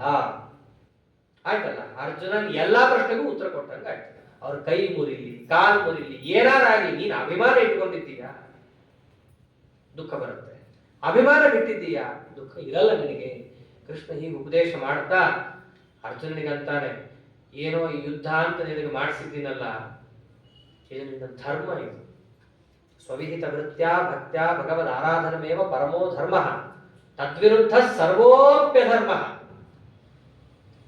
ನಿನಗೆ ವಿಹಿತವಾದ ಭಗವಂತನಿಂದ ಪ್ರೇರಿತವಾದ ಧರ್ಮಗಳು ಅಂತ ಏನಿದ್ದಾವೆ ಅದನ್ನ ಹಿಡ್ಕೊಂಡು ಭಗವಂತನನ್ನ ಆರಾಧನೆ ಮಾಡಿದಾಗ ಮಾತ್ರ ನಾನು ಸುಪ್ರಸನ್ನನಾಗ್ತೀನಿ. ನಾವು ಬೇರೆದ್ ಮಾಡ್ತೀವಿ, ಪಕ್ಕದ ಮನೆಯವ್ರದ್ದು ಮಾಡ್ತೀವಿ, ಅವ್ರದ್ದು ಮಾಡ್ತೀವಿ, ಇವ್ರದ್ದು ಮಾಡ್ತೀವಿ ಅಂತ ಹೋದ್ರೆ ಅದು ನಿನ್ನ ಧರ್ಮ ಅಲ್ಲ. ನೀನು ಕ್ಷತ್ರಿಯ. ಕ್ಷತ್ರಿಯರ ಧರ್ಮ ಯಾವುದು? ನಾರಾಯಣ ದ್ವಿಟ್ ತದನುಬಂಧ ನಿಗ್ರಹಂ ಕ್ಷತ್ರಿಯಾಣಾಂ ಪರಮೋ ಧರ್ಮ. ನಾರಾಯಣನ ದ್ವೇಷಗಳು, ದ್ವೇಷಗಳಿಗೆ ಪೋಷಕರು ಯಾರಿದ್ದಾರೋ ಅವರನ್ನು ನಿಗ್ರಹ ಮಾಡೋದೇ ಕ್ಷತ್ರಿಯರ ಆದ್ಯ ಕರ್ತವ್ಯ. ಅದನ್ನ ಮಾಡಿ ನೀನು ಉಪನ್ಯಾಸ ಕೇಳು, ಏನ್ ಬೇಕಾದ್ರೂ ಕೇಳು, ನಾನು ಒಪ್ಕೋತೀನಿ. ಅದನ್ನ ಬಿಟ್ಟು ನೀನು ಹಾಗೆ ಹೋದೆ ಅಂತಂದ್ರೆ ಅದನ್ನ ನಾನು ಸಹಿಸೋದಿಲ್ಲ. ಅಷ್ಟೇ ಅಲ್ಲ, ಈ ಯುದ್ಧ ಏನಿದೆಯಲ್ಲ ಎಲ್ಲರಿಗೂ ಒದಗಿಸಲ್ಲ. ಯದೃಚ್ಛಯ ಚೋಪಪನ್ನಂ ಸ್ವರ್ಗದ್ವಾರಮಪಾವೃತಂ ಸುಖಿನ ಕ್ಷತ್ರಿಯಾ ಪಾರ್ಥ ಲಭಂತೆ ಯುದ್ಧಮೀದೃಶಂ. ನಮ್ಗೆಲ್ರಿಗೂ ಕೂಡ ಈ ಶ್ಲೋಕ ಅನ್ವಯ ಆಗುತ್ತೆ. ಅರ್ಜುನಂತಾನೆ ಕೃಷ್ಣ, ಯದೃಚ್ಛಯ ಚೋಪಪನ್ನಂ ಸ್ವರ್ಗದ್ವಾರಮಪಾವೃತಂ, ನಿನಗೆ ಒಳ್ಳೆ ಸ್ವರ್ಗ ಸುಖ ಸಿಗಲಿ ಅಂತ ಹೇಳಿ ಈ ಯುದ್ಧವನ್ನ ನಾನು ಯೋಜನೆ ಮಾಡಿದ್ದೀನಿ. ಎಲ್ಲರಿಗೂ ಸಿಗಲ್ಲ, ಮಾಂಧಾತನಿಗೆ ಸಿಕ್ಕಿಲ್ಲ, ನಹುಷನಿಗೆ ಸಿಕ್ಕಿಲ್ಲ, ಮತ್ತೊಬ್ಬರಿಗೆ ಸಿಕ್ಕಿಲ್ಲ, ನಿನಗೆ ಸಿಗಿಸ್ತಾ ಇದ್ದೀನಿ. ಯಾಕೆ? ನೀನು ಇಲ್ಲಿ ಸಾಧನೆಯನ್ನ ಮಾಡಿ ಪುಣ್ಯ ಗಳಿಸ್ಲಿ.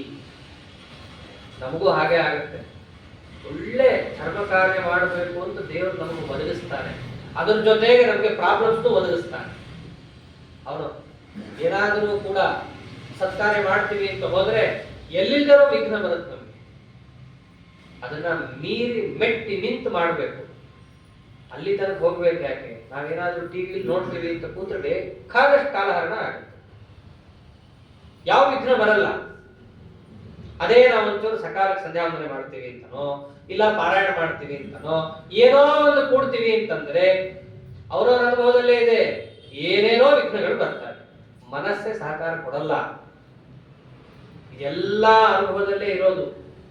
ಅದನ್ನೇ ಯದೃಚ್ಛಯ ಚೋಪಪನ್ನ, ನಿನಗೆ ನಾವು ಒದಗಿಸಿದ್ದೀನಿ ನೋಡಿ, ಇಂಥ ಧರ್ಮ ಕಾರ್ಯ ಇದೆ, ನಿನಗೆ ಯೋಗ್ಯತಾ ಇದೆ, ಶಕ್ತಿ ಇದೆ, ಸಾಮರ್ಥ್ಯ ಇದೆ, ಸಮಯ ಇದೆ, ಎಲ್ಲ ಇದೆ, ನಿನಗೆ ಒದಗಿಸಿದ್ದೀನಿ. ನೀನು ಉಪಯೋಗಿಸ್ಕೊತೇ ಬಿಡುತ್ತೆ, ನಿನಗೆ ಬಿಟ್ಟಿದ್ರು. ದೇವರು ಅಲ್ಲಿ ತನಕ ತಂದು ನಿಲ್ಲಿಸ್ತಾನೆ.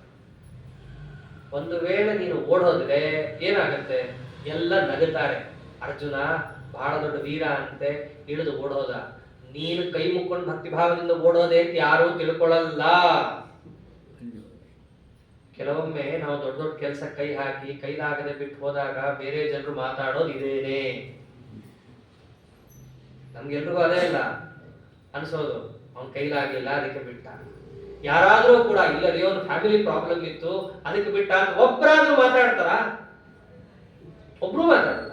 ಅವ್ನಿಗೆ ಆ ಸಮಸ್ಯೆ ಇತ್ತು ಅದಕ್ಕೆ ಬಿಟ್ಟ, ಇದಕ್ಕೆ ಏನು ಅನ್ನಲ್ಲ, ಅವ್ನಿಗೆ ಆಗಲಿಲ್ಲ ಬಿಟ್ಟ ಅಷ್ಟೇ. ನೀನ್ ಕೆಲಸ ಬಿಟ್ಟಿದ್ದನ್ನ ಅವರು ನಿನ್ ಸಮಸ್ಯೆಯಿಂದ ಬಿಟ್ಟೆ ಅಂತ ಅನ್ಕೊಳಲ್ಲ, ನಿನ್ ಕೈಲಾಗದೆ ಬಿಟ್ಟೆ ಅಂತ ಅನ್ಕೋತಾರೆ. ಹೀಗೆ ಅನ್ನಿಸ್ಕೊಳ್ಳೋದು ಸಾಯೋದಕ್ಕಿಂತ ದೊಡ್ಡ ದುಃಖ. ಆದ್ದರಿಂದ ಹೀಗೆಲ್ಲ ಹೋಗ್ಬೇಡ. ನಿಜವಾದ ದುಃಖ ಯಾವುದು ಅಂತಾನೆ ನಿನಗೆ ಅರ್ಥ ಆಗಿಲ್ಲ. ನಿಜವಾದ ದುಃಖ ಅಂದ್ರೆ ಸಂಸಾರನೇ ದುಃಖ. ಅದರಿಂದ ಬಿಡುಗಡೆ ಹೊಂದೋ ಮಾರ್ಗ ಇದೆ, ಆ ಮಾರ್ಗದಲ್ಲಿ ಹೋಗಬೇಕು. ಯಾವ್ದು ಆ ಮಾರ್ಗ? ನಿಷ್ಕಾಮ ಕರ್ಮನೆ ಮಾರ್ಗ. ಯಾವ ಅಪೇಕ್ಷೆ ಇಲ್ಲದೆ ಕೆಲಸ ಮಾಡೋದು ಅಂತಿದೆಯಲ್ಲ, ಇದೇ ನಿಜವಾದ ದುಃಖವನ್ನು ಪರಿಹಾರ ಮಾಡೋದು. ಅವಾಗಂತಾನ ಕೃಷ್ಣ, ಕರ್ಮಣ್ಯೇವ ಅಧಿಕಾರಸ್ಥೆ ಮಾ ಫಲೇಶು ಕದಾಚನ ಮಾ ಕರ್ಮ ಫಲ ಹೇತುರ್ಭೂಹು ಮಾತೇ ಸಂಗೋಸ್ತು ಕರ್ಮಣಿ. ನಿನ್ನ ಅಧಿಕಾರದ ವ್ಯಾಪ್ತಿಯಲ್ಲಿ ಎಷ್ಟು ಬರುತ್ತೆ ಅಷ್ಟು ಮಾತ್ರ ಕೆಲಸ ಮಾಡಿದ್ರೆ ನೀನು ಆರಾಮಿರ್ತೀಯ. ಅದಕ್ಕಿಂತ ನೀನು ಒಂದು ಹೆಜ್ಜೆ ಹೊರಗೆ ಹೋಗು, ಏಟ್ ತಿಂತೀಯ. ನಿನ್ನ ಅಧಿಕಾರ ಎಷ್ಟು? ಕರ್ಮಣ್ಯೇವ ಅಧಿಕಾರಸ್ಥೆ. ಕೆಲಸ ಮಾಡಕ್ಕಷ್ಟೇ ನಿನ್ ಕೈಲಾಗೋದು. ಯಾರಿಗಾದ್ರೂ ಕೂಡ ಜಯವನ್ನ ನೇರವಾಗಿ ಪಡಿಲಿಕ್ಕಾಗತ್ತಾ? ಕ್ರಿಕೆಟ್ ಆಡ್ತೀವಿ ಅಥವಾ ಮತ್ತೊಂದೇನೋ ಕೆಲಸ ಮಾಡ್ತೀವಿ, ಪಾತ್ರೆ ಸ್ವಚ್ಛ ಮಾಡ್ತೀವಿ, ಏನಾದ್ರೂ ಮಾಡುವಾಗ ನಮ್ ಕೈಲಿ ಎಷ್ಟು ಮಾಡಕ್ಕಾಗತ್ತೆ? ನಮ್ ಕೈಲಿ ಪಾತ್ರೆ ಹಿಡ್ಕೋಬಹುದು, ಬ್ರಷ್ ಹಿಡ್ಕೋಬಹುದು, ಸಬೀನ ಗಿಬೀನ ಹಾಕಿ ತಿಕ್ಬಹುದು, ನಮ್ ಕೈಲಿ ಮಾಡಕ್ಕಾಗೋದು ಅಷ್ಟೇ. ಅದನ್ನ ಕಿತ್ತಾಕೋದು ಅದು ಬೈ ಪ್ರಾಡಕ್ಟ್, ಅದಷ್ಟೇ. ಪಾತ್ರೆ ಸ್ವಚ್ಛ ಆಗೋದು ಬೈ ಪ್ರಾಡಕ್ಟ್. ಅದರ ಜೊತೆ ಆದಾಗ ತಿಕ್ಕೋದ್ರಿಂದ ಆಗುವಂತಹ ಫಲ ನೇರವಾಗಿ ಅದನ್ನೇ ನಾವು ಪಡಿಲಿಕ್ಕೆ ಆಗಲ್ಲ. ಹಾಗೆ ವಿಜಯವನ್ನ ನೇರವಾಗಿ ಪಡಿಲಿಕ್ಕೆ ಆಗಲ್ಲ. ಒಂದೊಂದೇ ಬಾಲ್ನ ಹೊಡಿತಾ ಹೋದ್ರೆ ಕಡೆಗೆ ಏನೋ ಒಂದು ನಿರ್ಣಯ ಸಿಗುತ್ತೆ. ನಮ್ ಕೈಲಾಗೋದು ಎಷ್ಟೋ ಅಷ್ಟು ಮಾತ್ರ ನಾವು ಮಾಡಕ್ ಹೋಗ್ಬೇಕು. ಅದರಿಂದ ಗೆಲ್ತೀವೋ ಇಲ್ವೋ ಅಂತೆಲ್ಲ ಯೋಚನೆ ಮಾಡಕ್ ಹೋಗ್ಬೇಡ. ಹತೋವಾ ಪ್ರಾಪ್ಸಸೆ ಸ್ವರ್ಗಂ ಜಿತ್ವಾವಾ ಭೋಕ್ಷಸೆ ಮಹಿಂ. ಬಹಳ ಒಳ್ಳೆ ಮಾತಿದೆ. ಒಳ್ಳೆ ಕೆಲಸ ಮಾಡಕ್ಕಂತ ಹೋಗ್ತೀವಿ, ಎಷ್ಟೋ ಬಾರಿ ಮುಗಿಯಲ್ಲ. ಮಾಡಿದ್ಯಲ್ಲ ಪ್ರಯತ್ನ, ಬಿಡು ನಾನು ನೋಡ್ಕೋತೀನಿ ಅಂತ ಅಂದ್ವಿ. ಮಾಡೋವಾಗ ಒಂದೇ ಇರ್ಬೇಕು ನಮ್ಮ ಮನಸ್ಸಲ್ಲಿ, ಏನು? ಹರಿಪ್ರೀತಿ ಆಗಲಿ, ದೇವರ ಪ್ರೀತಿ ಆಗಲಿ, ಇದೆಲ್ಲರ ಮನಸ್ಸಿನಲ್ಲೂ ಇರ್ಬೇಕಾಗುತ್ತೆ. ನಿಷ್ಕಾಮ ಕರ್ಮ ಅಂತಂದ್ರೆ ಎಲ್ಲ ಅಪೇಕ್ಷೆಯನ್ನ ಗಾಳಿಗೆ ತೂರಿ ಮಾಡೋದು ಅಂತ ಅರ್ಥ ಅಲ್ಲ. ನಿಷ್ಕಾಮ ಅಂತಂದ್ರೆ ಕಾಮವನ್ನು ಬಿಟ್ಟಿರೋದು, ಅಪೇಕ್ಷೆ ಬಿಟ್ಟಿರ್ಬೇಕು. ಯಾತಕ್ಕೆ? ಸ್ವಾರ್ಥದ ಅಪೇಕ್ಷೆ ಬಿಟ್ಟಿರ್ಬೇಕು. ಮತ್ತೆ ಒಂದೇ ನಮ್ಮ ಮನಸ್ಸಿನಲ್ಲಿ ಇರ್ಬೇಕಾದದ್ದು. ಮತ್ಪ್ರಸಾದ ಕರಿಷ್ಯತಿ ಅಂತ ಕಡೆ ಕೃಷ್ಣನೇ ಹೇಳ್ತಾನೆ ನನ್ನ ಗೀತೆಯಲ್ಲಿ. ನನ್ನ ಪ್ರೀತಿಗೋಸ್ಕರ ನೀನು ಕೆಲಸವನ್ನು ಮಾಡು, ಆಗ ನಾನು ನೋಡ್ಕೋತೀನಿ ಎಲ್ಲ. ನನ್ನ ಪ್ರೀತಿಗೆ ಅಂತ ನೀ ಏನು ಕೆಲಸ ಮಾಡಿದ್ರು ಕೂಡ ಅದು ದುಃಖದ ಪರಿಹಾರಕ್ಕೆ ಕಾರಣನೇ ಆಗತ್ತೆ. ಆದ್ದರಿಂದ ನೀನೇನು ಅನ್ಕೊಂಡಿದ್ದೀಯಲ್ಲ, ನಾನು ಯುದ್ಧ ಮಾಡಿಬಿಡ್ತೀನಿ, ಗೆಲ್ತೀವೋ ಸೋಲ್ತೀವೋ ಇದೆಲ್ಲ ತಲೆಯಿಂದ ತೆಗೆದುಹಾಕು, ನನ್ನ ಪ್ರೀತಿಗೋಸ್ಕರ ಕೆಲಸ ಮಾಡ್ತೀನಿ ಅಂತ ಹೋಗು.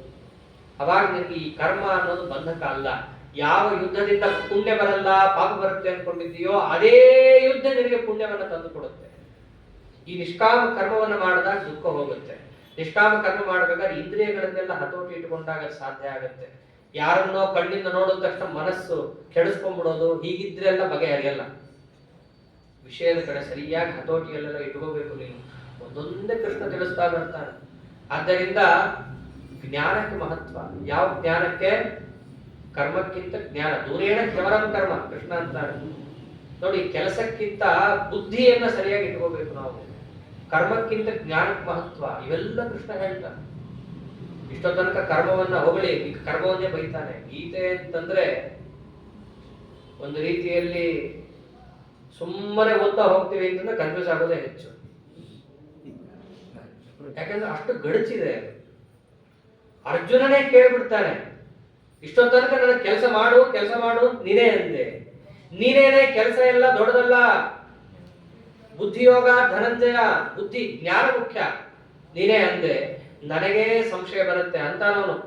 ಒಂದು ವೇಳೆ ನಿನ್ನ ಪ್ರಕಾರ ಅಪರೋಕ್ಷ ಜ್ಞಾನ ಅದನ್ನು ಪಡೆದ್ರೇನೆ ಮೋಕ್ಷ, ಅದರಿಂದ ದುಃಖ ಎಲ್ಲ ಹೋಗೋದು ಅಂತ ಆದರೆ ತತ್ಕಿಂ ಕರ್ಮಣಿ ಘೋರೇ ಮಾಂ ನಿಯೋಜಯಸಿ ಕೇಶವ ಜಾಯಸಿ ಚೇತ್ ಕರ್ಮಣಸ್ತೆ ಮತಾ ಬುದ್ಧಿಸ್ತ ಜನಾರ್ದನ. ಒಂದು ವೇಳೆ ಎಲ್ಲಾ ಕರ್ಮಕ್ಕಿಂತ ಜ್ಞಾನನೇ ನಿನಗೆ ಹೆಚ್ಚು ಅಂತ ಅನ್ನೋದಾದರೆ ನನ್ನನ್ನು ಯಾಕೆ ಈ ಯುದ್ಧದಲ್ಲಿ ತಳ್ತಾ ಇದ್ದೀಯ? ಯುದ್ಧ ಅನ್ನೋದು ಕರ್ಮ, ಕರ್ಮದಲ್ಲಿ ತಳಬಾರ್ದಲ್ಲ. ಇವೆಲ್ಲ ಪ್ರಶ್ನೆ ಕೇಳ್ತಾನೆ. ಹೌದು, ತಳಬಾರ್ದು ಅಂತ ಅನ್ಕೊಂಡಿದ್ದೀಯ? ಇಲ್ಲ, ನಿಷ್ಕಾಮ ಕರ್ಮನೇ ಸಾಧನ. ಜ್ಞಾನ ಎಂಬುದು ಬರಬೇಕು ಅಂದ್ರೆ ನಿಷ್ಕಾಮ ಕರ್ಮದಿಂದಲೇ ಬರೋದು. ಇದನ್ನೆಲ್ಲವನ್ನೂ ಕೂಡ ಪರಮಾತ್ಮ ಉಪದೇಶವನ್ನ ಮಾಡ್ತಾ ಬರ್ತಾನೆ ಭಗವದ್ಗೀತೆ. ಕರ್ಮ ಅಂದ್ರೆ ಏನು, ನಿಷ್ಕಾಮ ಕರ್ಮ ಅಂದ್ರೆ ಏನು, ಕರ್ಮ ಸನ್ಯಾಸ ಅಂದ್ರೆ ಏನು? ಕರ್ಮ ಸನ್ಯಾಸ ಅಂತಂದ್ರೆ ಕರ್ಮವನ್ನು ಬಿಟ್ಟು ಬಿಡೋದಲ್ಲ, ಕರ್ಮದ ಫಲದ ಅಪೇಕ್ಷೆ ಬಿಡೋದು ಕರ್ಮ ಸನ್ಯಾಸ. ಅದರಂತೆ ಸನ್ಯಾಸ ಯೋಗ, ಕರ್ಮ ಸನ್ಯಾಸ ಇವೆಲ್ಲ ಹೇಳ್ಬೇಕಾದ್ರೆ ನಮ್ಮ ಜೀವನದಲ್ಲಿ ಏನಿರುತ್ತೆ?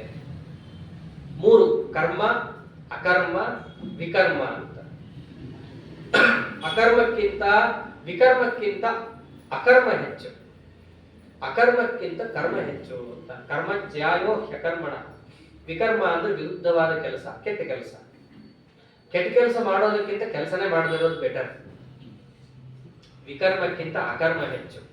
ಆ ಅಕರ್ಮ ಮತ್ತು ಕರ್ಮದಲ್ಲಿ ಯಾವುದು ಹೆಚ್ಚು ಅಂತಂದ್ರೆ ಕರ್ಮಜ್ಯಾಯೋ ಹ್ಯಕರ್ಮಣ. ಕೆಲಸ ಮಾಡದೇ ಇರೋದಕ್ಕಿಂತ ಕೆಲಸ ಮಾಡೋದೇ ಹೆಚ್ಚು ಶ್ರೇಷ್ಠ. ಆದ್ದರಿಂದ ನೀನು ಕರ್ಮ ಸನ್ಯಾಸವನ್ನ ಹೇಳಿದ ಮೇಲೆ ಕರ್ಮ ಯೋಗವನ್ನ ನೀ ಹೇಳ್ತೀಯ ಅಂತಂದ್ರೆ ಏನರ್ಥ? ಸನ್ಯಾಸ ಅಂತಂದ್ರೆ ಬಿಡಬೇಕು, ಫಲಾಪೇಕ್ಷೆ ಬಿಡಬೇಕು. ಫಲಾಪೇಕ್ಷೆ ಬಿಡ್ತೀನಿ ಅಂತ ಮಾತ್ರಕ್ಕೆ ಆಗಲ್ಲ. ಯಾಕೆ? ಮನಸ್ಸು ಬಹಳ ಚಂಚಲ, ಅದನ್ನ ಏನೋ ಒಂದು ಕಡೆ ನಿನ್ನ ತಳ್ಳುತ್ತೆ. ಆ ಮನಸ್ಸು ಬೇರೆ ಕಡೆ ಹೋಗಬಾರದು ಅಂತಂದ್ರೆ ನಮ್ಮ ಆಕ್ಟಿವಿಟಿ ಇರಲೇಬೇಕು. ಕೆಲಸ ಮಾಡಲಿಲ್ಲ ಅಂತಂದ್ರೆ ಸುಮ್ಮನೆ ಕೂತ್ಕೊಳ್ತೀನಿ ಅಂತಂದ್ರೆ ಅದು ಆಗೋದಿಲ್ಲ. ಸುಮ್ಮನೆ ಕೂತು ಧ್ಯಾನ ಮಾಡೋದು ಒಂದು ಕ್ರಮ ಇದೆ. ಅದೆಲ್ಲ ಯಾರು ಮಾಡ್ತಾರೆ? ಎಲ್ಲವನ್ನೂ ಕೂಡ ಸಾಧಿಸ್ಕೊಂಡವ್ರು ಮಾಡ್ತಾರೆ. ನಾವೇನೋ ಸುಮ್ಮನೆ ಹಿಂಗೆ ಕೂಡ್ತೀವಿ ಧ್ಯಾನ ಮಾಡ್ತೀವಿ ಅಂತ ಆಗೋದಿಲ್ಲ. ಆ ಧ್ಯಾನ ಮಾಡಕ್ಕೆ ಅದೊಂದು ಪೋಶ್ಚರಿಂದ ಪರಮಾತ್ಮ ಶುರು ಮಾಡ್ತಾನೆ. ಆ ಪೋಶ್ಚರಿಂದ ಧ್ಯಾನ ಇದೆ. ಸಮಂ ಕಾಯ ಶಿರೋಗ್ರೀವಂ ಧಾರಯನ್ನ ಚಲಂ ಸ್ಥಿರ. ಒಬ್ರು ಹಂಗೆ ಕೂತಿಲ್ಲ ಇಲ್ಲಿ ವಸ್ತುತಃ. ಹೇಗೆ ಕೂಡ್ಬೇಕು ಅಂತ ಅನ್ನೋದ್ರಿಂದ ಪ್ರಾರಂಭ ಆಗುತ್ತೆ. ಆಸನಗಳೆಲ್ಲ ಇದೆ. ಆ ಆಸನದಲ್ಲಿ ಕೂತು ಹಾಗೇ ಧ್ಯಾನ ಮಾಡಬೇಕು. ಯಾವುದು? ಚೈಲಾಜಿನ ಕುಶೋತ್ತರಂ. ಒಂದು ಚೈಲ, ಅಜಿನ, ಕುಶ. ಮೊದಲು ದರ್ಬೆ, ಅದು ಪೂರ್ವಾಭಿಮುಖನೋ ಉತ್ತರಾಭಿಮುಖನೋ ಇರಬೇಕು. ಆಮೇಲೆ ಅಜಿನ, ಅಜಿನ ಅಂದ್ರೆ ಕೃಷ್ಣಾಜಿನ, ಈಗ ಅದನ್ನ ಜೈಲಿಗೆ ಹಾಕ್ತಾರೆ. ಆಮೇಲೆ ಚೈಲ, ಚೈಲ ಅಂತಂದ್ರೆ ಬಟ್ಟೆ. ಆ ಬಟ್ಟೆ ಮೂರನ್ನು ಹಾಸ್ಕೊಂಡು ಕೂಡಬೇಕು ಅಂತಿರೋದು. ಆಯ್ತಲ್ಲ, ನಮ್ ಧ್ಯಾನ ಯಾವ ಮಟ್ಟಕ್ಕೆ ಹೋಯ್ತು ಗೊತ್ತಾಯ್ತು. ಕೂತ್ಕೊಳ್ಳೋ ಆಸನನೇ ಸರಿ ಇಲ್ಲ ನಮ್ದು. ಇನ್ನು ಇದ್ರ ಮೇಲೆ ಕೂತು ಧ್ಯಾನ. ಆ ಧ್ಯಾನ ಮಾಡೋಕ್ ಮುಂಚೆ ಪ್ರಾಣಾಯಾಮಗಳು ಇವೆಲ್ಲ ಕೃಷ್ಣ ಹೇಳ್ತಾನೆ. ಹಿಂಗ ಧ್ಯಾನ ಮಾಡಬೇಕು ಅಂತಂದ್ರೆ ಅವನು ಅಲ್ಲಿಂದ ಸಾಧಿಸ್ಕೊಂಡ್ ಬಂದಿರ್ಬೇಕು. ಯಮ, ನಿಯಮ, ಆಸನ, ಪ್ರಾಣಾಯಾಮ, ಪ್ರತ್ಯಾಹಾರ, ಧಾರಣ, ಧ್ಯಾನ, ಸಮಾಧಿ. ಧ್ಯಾನ ಮಾಡಬೇಕಂದ್ರೆ ಅಷ್ಟು ಮೆಟ್ಲು ಹತ್ಕೊಂಡು ಹೋಗಬೇಕು. ಯಮ ಅಂದ್ರೆ ಹತ್ತಿದೆ, ನಿಯಮ ಹತ್ತಿದೆ, ಆಮೇಲೆ ಆಸನ. ಸರಿಯಾಗಿ ಆಸನದಲ್ಲಿ ಅರ್ಧ ಗಂಟೆ ಅಲ್ಲಾಡದೆ ಕೂಡಕ್ಕಾಗುತ್ತಾ? ಅಲ್ಲಿಂದ ಶುರು. ನಾವು ಧ್ಯಾನ 4 ತಾಸು ಮಾಡ್ತೀವಿ, 10 ನಿಮಿಷ ಕೂಡು ಅಲ್ಲಾಡದೆ, ಆಗಲ್ಲ. ಇದನ್ನ ಅರ್ಜುನನೇ ಕೇಳ್ತಾನೆ, ಇಷ್ಟೆಲ್ಲ ಹೇಳ್ತೇಲ್ಲ ಕೃಷ್ಣ, ನಾವು ಮಾಡಕ್ ಆಗಲ್ವಲ್ಲ, ಯಾಕಾಗಲ್ಲ? ಮಾಡಕ್ ಆಗುತ್ತೆ ಅಂತಾನೆ. ಅಭ್ಯಾಸ ಏನದು ಕೌಂತೆಯ ವೈರಾಗ್ಯೇನ ದೃಶ್ಯತೆ. ನಿನ್ನ ಸೋಂಬೇರಿತನವನ್ನ ಕರ್ಮದ ಅಸಂಭಾವ್ಯತೆ ಮೇಲೆ ಯಥಾಕ್ಬೇಡ. ನೀನು ಸೋಂಬೇರಿ ಇದೆಯಾ? ಎಷ್ಟೋ ಕೆಲಸಗಳನ್ನ ಕಷ್ಟ ಅಂತ ಗೊತ್ತಿದ್ರು ನುಗ್ಗಿ ಮಾಡ್ತೀಯ, ಅಭ್ಯಾಸ ಮಾಡ್ತೀಯ, ಪ್ರಯತ್ನ ಪಡ್ತೀಯ. ಆದ್ರೆ ಈ ವಿಷಯ ಬಂದಾಗ ಮಾತ್ರ, ಅದು ಎಸ್ಪೆಷಲಿ ದೈವಿ ಕಾರ್ಯ ಬಂದಾಗ ಮಾತ್ರ ಇವೆಲ್ಲ ಶುರುವಾಗುತ್ತೆ. ಅದೆಲ್ಲ ನಮ್ಗೆ ಆಗಲ್ಲಪ್ಪ. ಅವೆಲ್ಲ ದೊಡ್ಡ ದೊಡ್ಡವ್ರು ಮಾಡ್ತಾರೆ, ಇವೆಲ್ಲ ಏನಿರಲ್ಲ. ತನ್ನ ಸೋಂಬೇರಿತನಕ್ಕೆ ಬಳಸೋ ನಾನಾ ಪರ್ಯಾಯ ಶಬ್ದಗಳಷ್ಟೇ. ಯದ್ಯಪಿ ಎಲ್ಲವೂ ಸಂಭಾವಿತನೇ. ನಮ್ಮ ಭಾಗವತ ಧರ್ಮದಲ್ಲಿ ಏನೇನಿದೆಯೋ, ಸನಾತನ ಧರ್ಮದಲ್ಲಿ ಎಲ್ಲವೂ ಸಂಭಾವಿತನೇ ಇರೋದು. ಅಸಂಭಾವಿತವಾದದ್ದು ಹೇಳೇ ಇಲ್ಲ ಯಾವುದು. ನಾವು ಆಗುತ್ತೋ ಇಲ್ಲೋ ಸೋಂಬೇರಿತನದಿಂದ ಎಲ್ಲ ಬಿಟ್ಟುಕೊಂಡು ಈಗಿನ ಕಾಲಕ್ಕೆ ಅದಲ್ಲ, ಈಗಿನ ಕಾಲಕ್ಕೆ ಅದು ಮಾಡೋದಲ್ಲ. ಕಾಲ ಕೆಟ್ಟೋಗಿದೆ. ಕಾಲ ಹೇಗೆ ಕೆಡುತ್ತೆ? ಕಾಲ ತನ್ಪಾಡಿದ್ದಾಗಿದೆ. ನಾವು ಕೆಟ್ಟು ಕಾಲ ತಲೆ ಮೇಲೆ ಎತ್ತಾಕಿದ್ರೆ ಹಾಗೆಲ್ಲ ಅಲ್ಲ. ಎಲ್ಲಾ ಕಾಲದಲ್ಲೂ ಎಲ್ಲಾ ಸಾಧನೆ ಮಾಡ್ಲಿಕ್ಕೆ ಅವಕಾಶ ಇದ್ದೇ ಇದೆ. ಇನ್ನ ಹಂಗ ನೋಡಿದ್ರೆ ಇವಾಗಿನ ಸುಭಿಕ್ಷ ಕಾಲ. ಒಂದು 200-300 ವರ್ಷದ ಕೆಳಗೆ ಹೋಗಿ ನೋಡ್ರಿ, 500 ವರ್ಷದ ಕೆಳಗೆ ತೋರಿಸ್ತಾರೆ. ಈ ಜಾಗದಲ್ಲಿ ಗೋವಾದಲ್ಲಿ ಏನಂತ ಒಂದು ಕಂಬಕ್ಕೆ ಎಲ್ಲಾ ಹಿಂದೂಗಳನ್ನ ಕಟ್ಟಿ ಕೈ ಕಡ್ದಿದ್ರು ಕ್ರಿಶ್ಚಿಯನ್ರು. ಸೈಂಟ್ ಜೇವಿಯರ್ ಇವಾಗ ಸಂತ, ಅವರೆಲ್ಲ ಸಂತರು. ಗೋವಾದಲ್ಲಿ ಅವನು ಬಂದವನು. ಆಗನವರು ಪಟ್ಟಿದ್ದು ಕಷ್ಟನೋ, ನಿಮ್ಮನೆಯಲ್ಲಿ ನೀವು ಗಂಟೆ ಬಾರಿಸ್ಕೊಂಡು ದೇವ್ರ ಮಂಗಳಾರತಿ ಮಾಡ್ಲಿಕ್ಕೆ ಯಾರು ತಡೆದಿದ್ದಾರೆ? ಇವಾಗ ಮಾಡಲ್ಲ. ಹಿಂದಿನ ಕಾಲದವ್ರು ಅಷ್ಟು ಕಷ್ಟಪಟ್ಟಿದ್ದಾರೆ. ಔರಂಗಜೇಬನ ಆಸ್ಥಾನದಲ್ಲಿ ತಕ್ಕಡಿ ಜನವಾರ ತೂಗಬೇಕು, ಅದರಲ್ಲಿ ಒಂದು ಕಡೆ ಭಾರ ಇಡಬೇಕು. ದಿನಕ್ಕೆ ಅಷ್ಟು ಭಾರ ತೂಗಿ ಅಷ್ಟು ಜನವಾರದ ಭಾರ ಎಷ್ಟಿರುತ್ರಿ? ಜನವಾರದ ಭಾರ ಬಹಳ ಕಡಿಮೆ. ಅಂಥದ್ದು ಕೆಜಿ ಗಟ್ಟಲೆ ಜನವಾರ ತೂಗಬೇಕು. ಇಲ್ಲ ಬ್ರಾಹ್ಮಣ ಸಾಯಬೇಕು, ಇಲ್ಲ ಬ್ರಾಹ್ಮಣ ಕನ್ವರ್ಟ್ ಆಗುತ್ತೆ. ಹೀಗಿತ್ತು. ಇದರಂತೆ ಸಿಕ್ಕರು ಪಗಡಿ ಕೂಡ ಇತ್ತು ಅಂತ ಹೇಳ್ತಾರೆ ಅವಾಗ. ಯೋಚನೆ ಮಾಡಿದ್ರೆ ಕಾಲ ಕೆಡಲ್ಲ ಯಾವತ್ತು. ಕುಂತಿ ಆಡ್ತಾಳೆ ಈ ಮಾತನ್ನ. ಧರ್ಮರಾಜ ಬಹಳ ಸರ್ತಿ ಈ ಮಾತು ಆಡಿರ್ತಾನೆ. ಅವ್ವಾ ಕಾಲ ಕೆಟ್ಟ ಹೋಗಿದೆ, ನಮ್ಗೆ ರಾಜ್ಯ ಸಿಕ್ಲಿಲ್ಲ, ನೀ ಬೇಜಾರು ಮಾಡ್ಕೋಬೇಡ, ನಮ್ ಕೈಲಿ ಏನೂ ಮಾಡಕ್ಕಾಗಲ್ಲ, ನಾವು ಹೀಗೆ ಕಾಡಲ್ಲಿರೋದೇ ಶ್ರೇಷ್ಠ ಅನ್ಸುತ್ತೆ ಅಂತ ಹೇಳಿ ಕುಂತಿಗೆ ಧರ್ಮರಾಜ ಹೇಳಿರ್ತಾನೆ. ಆದರೆ ಕೃಷ್ಣ ಪರಮಾತ್ಮ ಸಂಧಾನಕ್ಕೆ ಹೋಗ್ಬೇಕಾದ್ರೆ ಎಲ್ಲಾರ ಮಾತನ್ನು ಕೇಳಿಸ್ಕೊಂಡ್ಮೇಲೆ ಕಡೆಗೆ ಕುಂತಿ ಹತ್ರ ಬರ್ತಾನೆ. ಪ್ರತಿಯೊಬ್ಬರ ಅಭಿಪ್ರಾಯ ಕೇಳಬೇಕು. ಯಾಕೆ ರಾಜದೂತ ಅಂತಂದ್ರೆ ಅವ್ನಿಗೆ ಹೆಂಗಿರ್ಬೇಕು ಹಾಗೆ ಇರಬೇಕು. ಹೆಸರಿಗೆ ದೂತ, ಅವರೇ ಪ್ರಭು ವಸ್ತುತಃ. ಕುಂತಿ ಹತ್ರ ಹೋಗಿ ಕೇಳಿದಾಗ ಕುಂತಿ ಅಂತಾಳೆ, ಕೃಷ್ಣ ನನಗೆ ದುರ್ಯೋಧನನಿಗೆ ಹೇಳ್ಬೇಕಾದದ್ದೇನಿಲ್ಲ, ಇವರೆಲ್ಲ ಹೇಳ್ಬಿಟ್ಟಿದ್ದಾರೆ.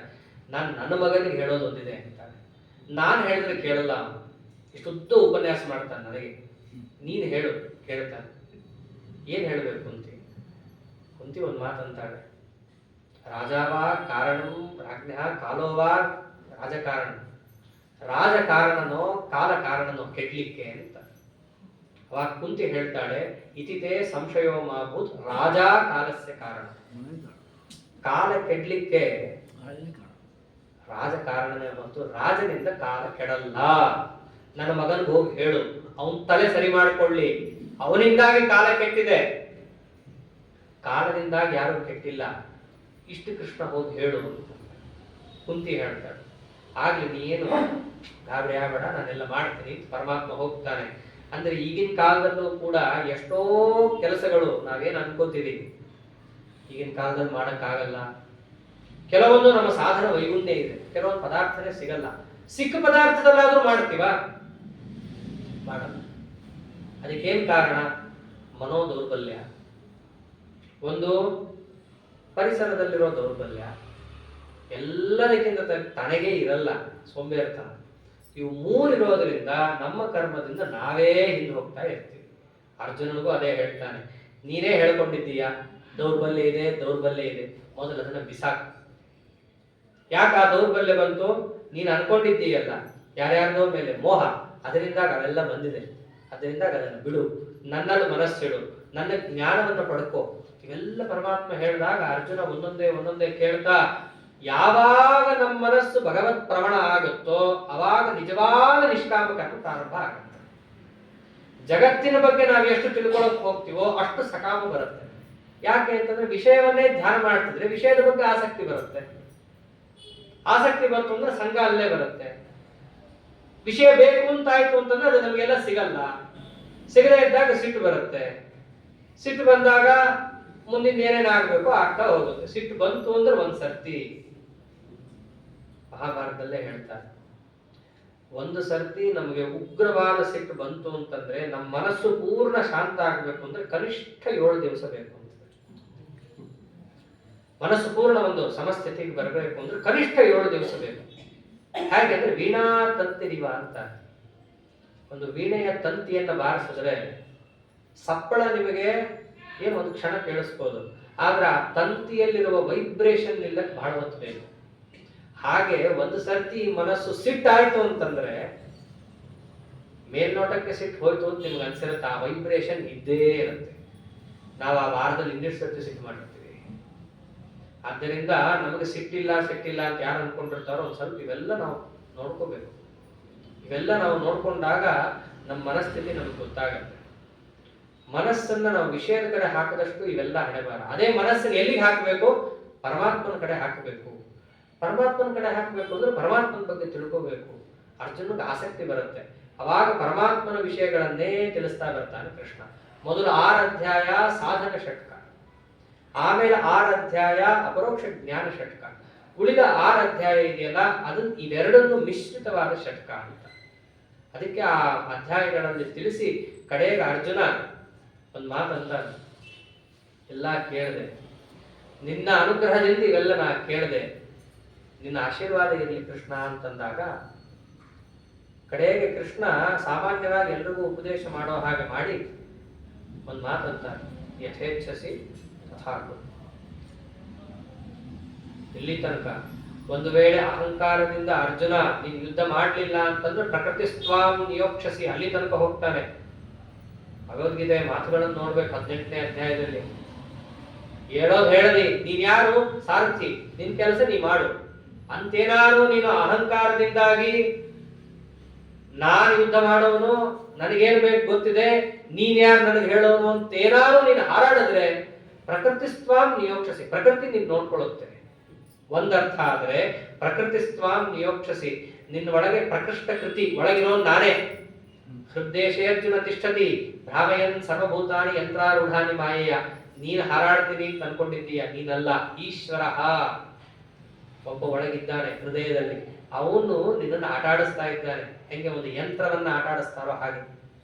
ಆದ್ದರಿಂದ ನಾನು ಯುದ್ಧ ಮಾಡಲ್ಲ ಅಂತ ನೀನ್ ಅಂದ್ರೆ ನಿನ್ನನ್ನ ಬಗ್ಗಿಸಿ ನಾ ಯುದ್ಧ ಮಾಡಿಸ್ತೀನಿ ನಿನ್ನ ಕೈಯಲ್ಲಿ. ಇದರಿಂದ ಏನಾಗತ್ತೆ?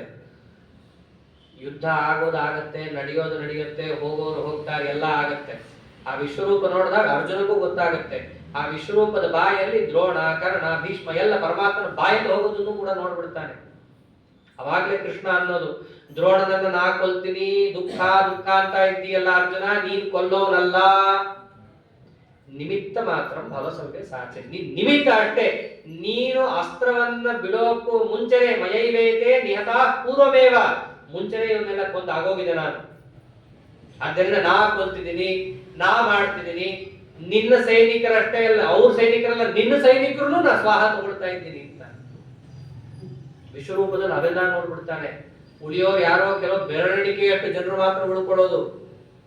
ಇಷ್ಟೆಲ್ಲ ನೋಡ್ಕೊಂಡ ಮೇಲೂ ನಾನು ಯುದ್ಧ ಮಾಡ್ತೀನಿ, ನನ್ನ ಕೈಯಲ್ಲಿ ಎಲ್ಲ ಇದೆ, ನಾ ಯುದ್ಧ ಮಾಡದೇ ಇದ್ರೂ ನಡೆಯುತ್ತೆ ಅಂತ ನೀನ್ ಅನ್ಕೊಂಡ್ರೆ ಪ್ರಕೃತಿ ಸ್ವಾಂ ನಿಯೋಕ್ಷಸಿ, ನಾನು ಏನ್ ಮಾಡ್ಬೇಕು ಅದನ್ನ ನಾ ಮಾಡ್ತೀನಿ. ನಿನ್ನ ಕೈಯಲ್ಲಿ ಬಗ್ಗಸ್ ಮಾಡಿಸ್ತೀನಿ, ಮಾಡಿಸ್ತೀನಿ, ಆಗೋದಾಗತ್ತೆ, ನಿನಗೂ ಪುಣ್ಯ ಬರಲ್ಲ ಅಷ್ಟೇ. ಎಷ್ಟೋ ಸರ್ತಿ ಆಗುತ್ತಲ್ಲ ನಮ್ಮ ಜೀವನದಲ್ಲೇ, ಹೋಗಿ ರಾಯರ ಸೇವಾ ಮಾಡು ಅಂತಾರೆ, ಹೋಗು ಅಂತಾರೆ, ಪ್ರದಕ್ಷಿಣೆ ಹಾಕು ಅಂತಾರೆ, ಇಷ್ಟ ಇರಲ್ಲ, ಅಮ್ಮ ಬೈತಾಳೆ ಅಂತ ಹೋಗಿ ಗಿರಿಗಿರಿ ಸುತ್ತಿ ಬರ್ತಾರೆ.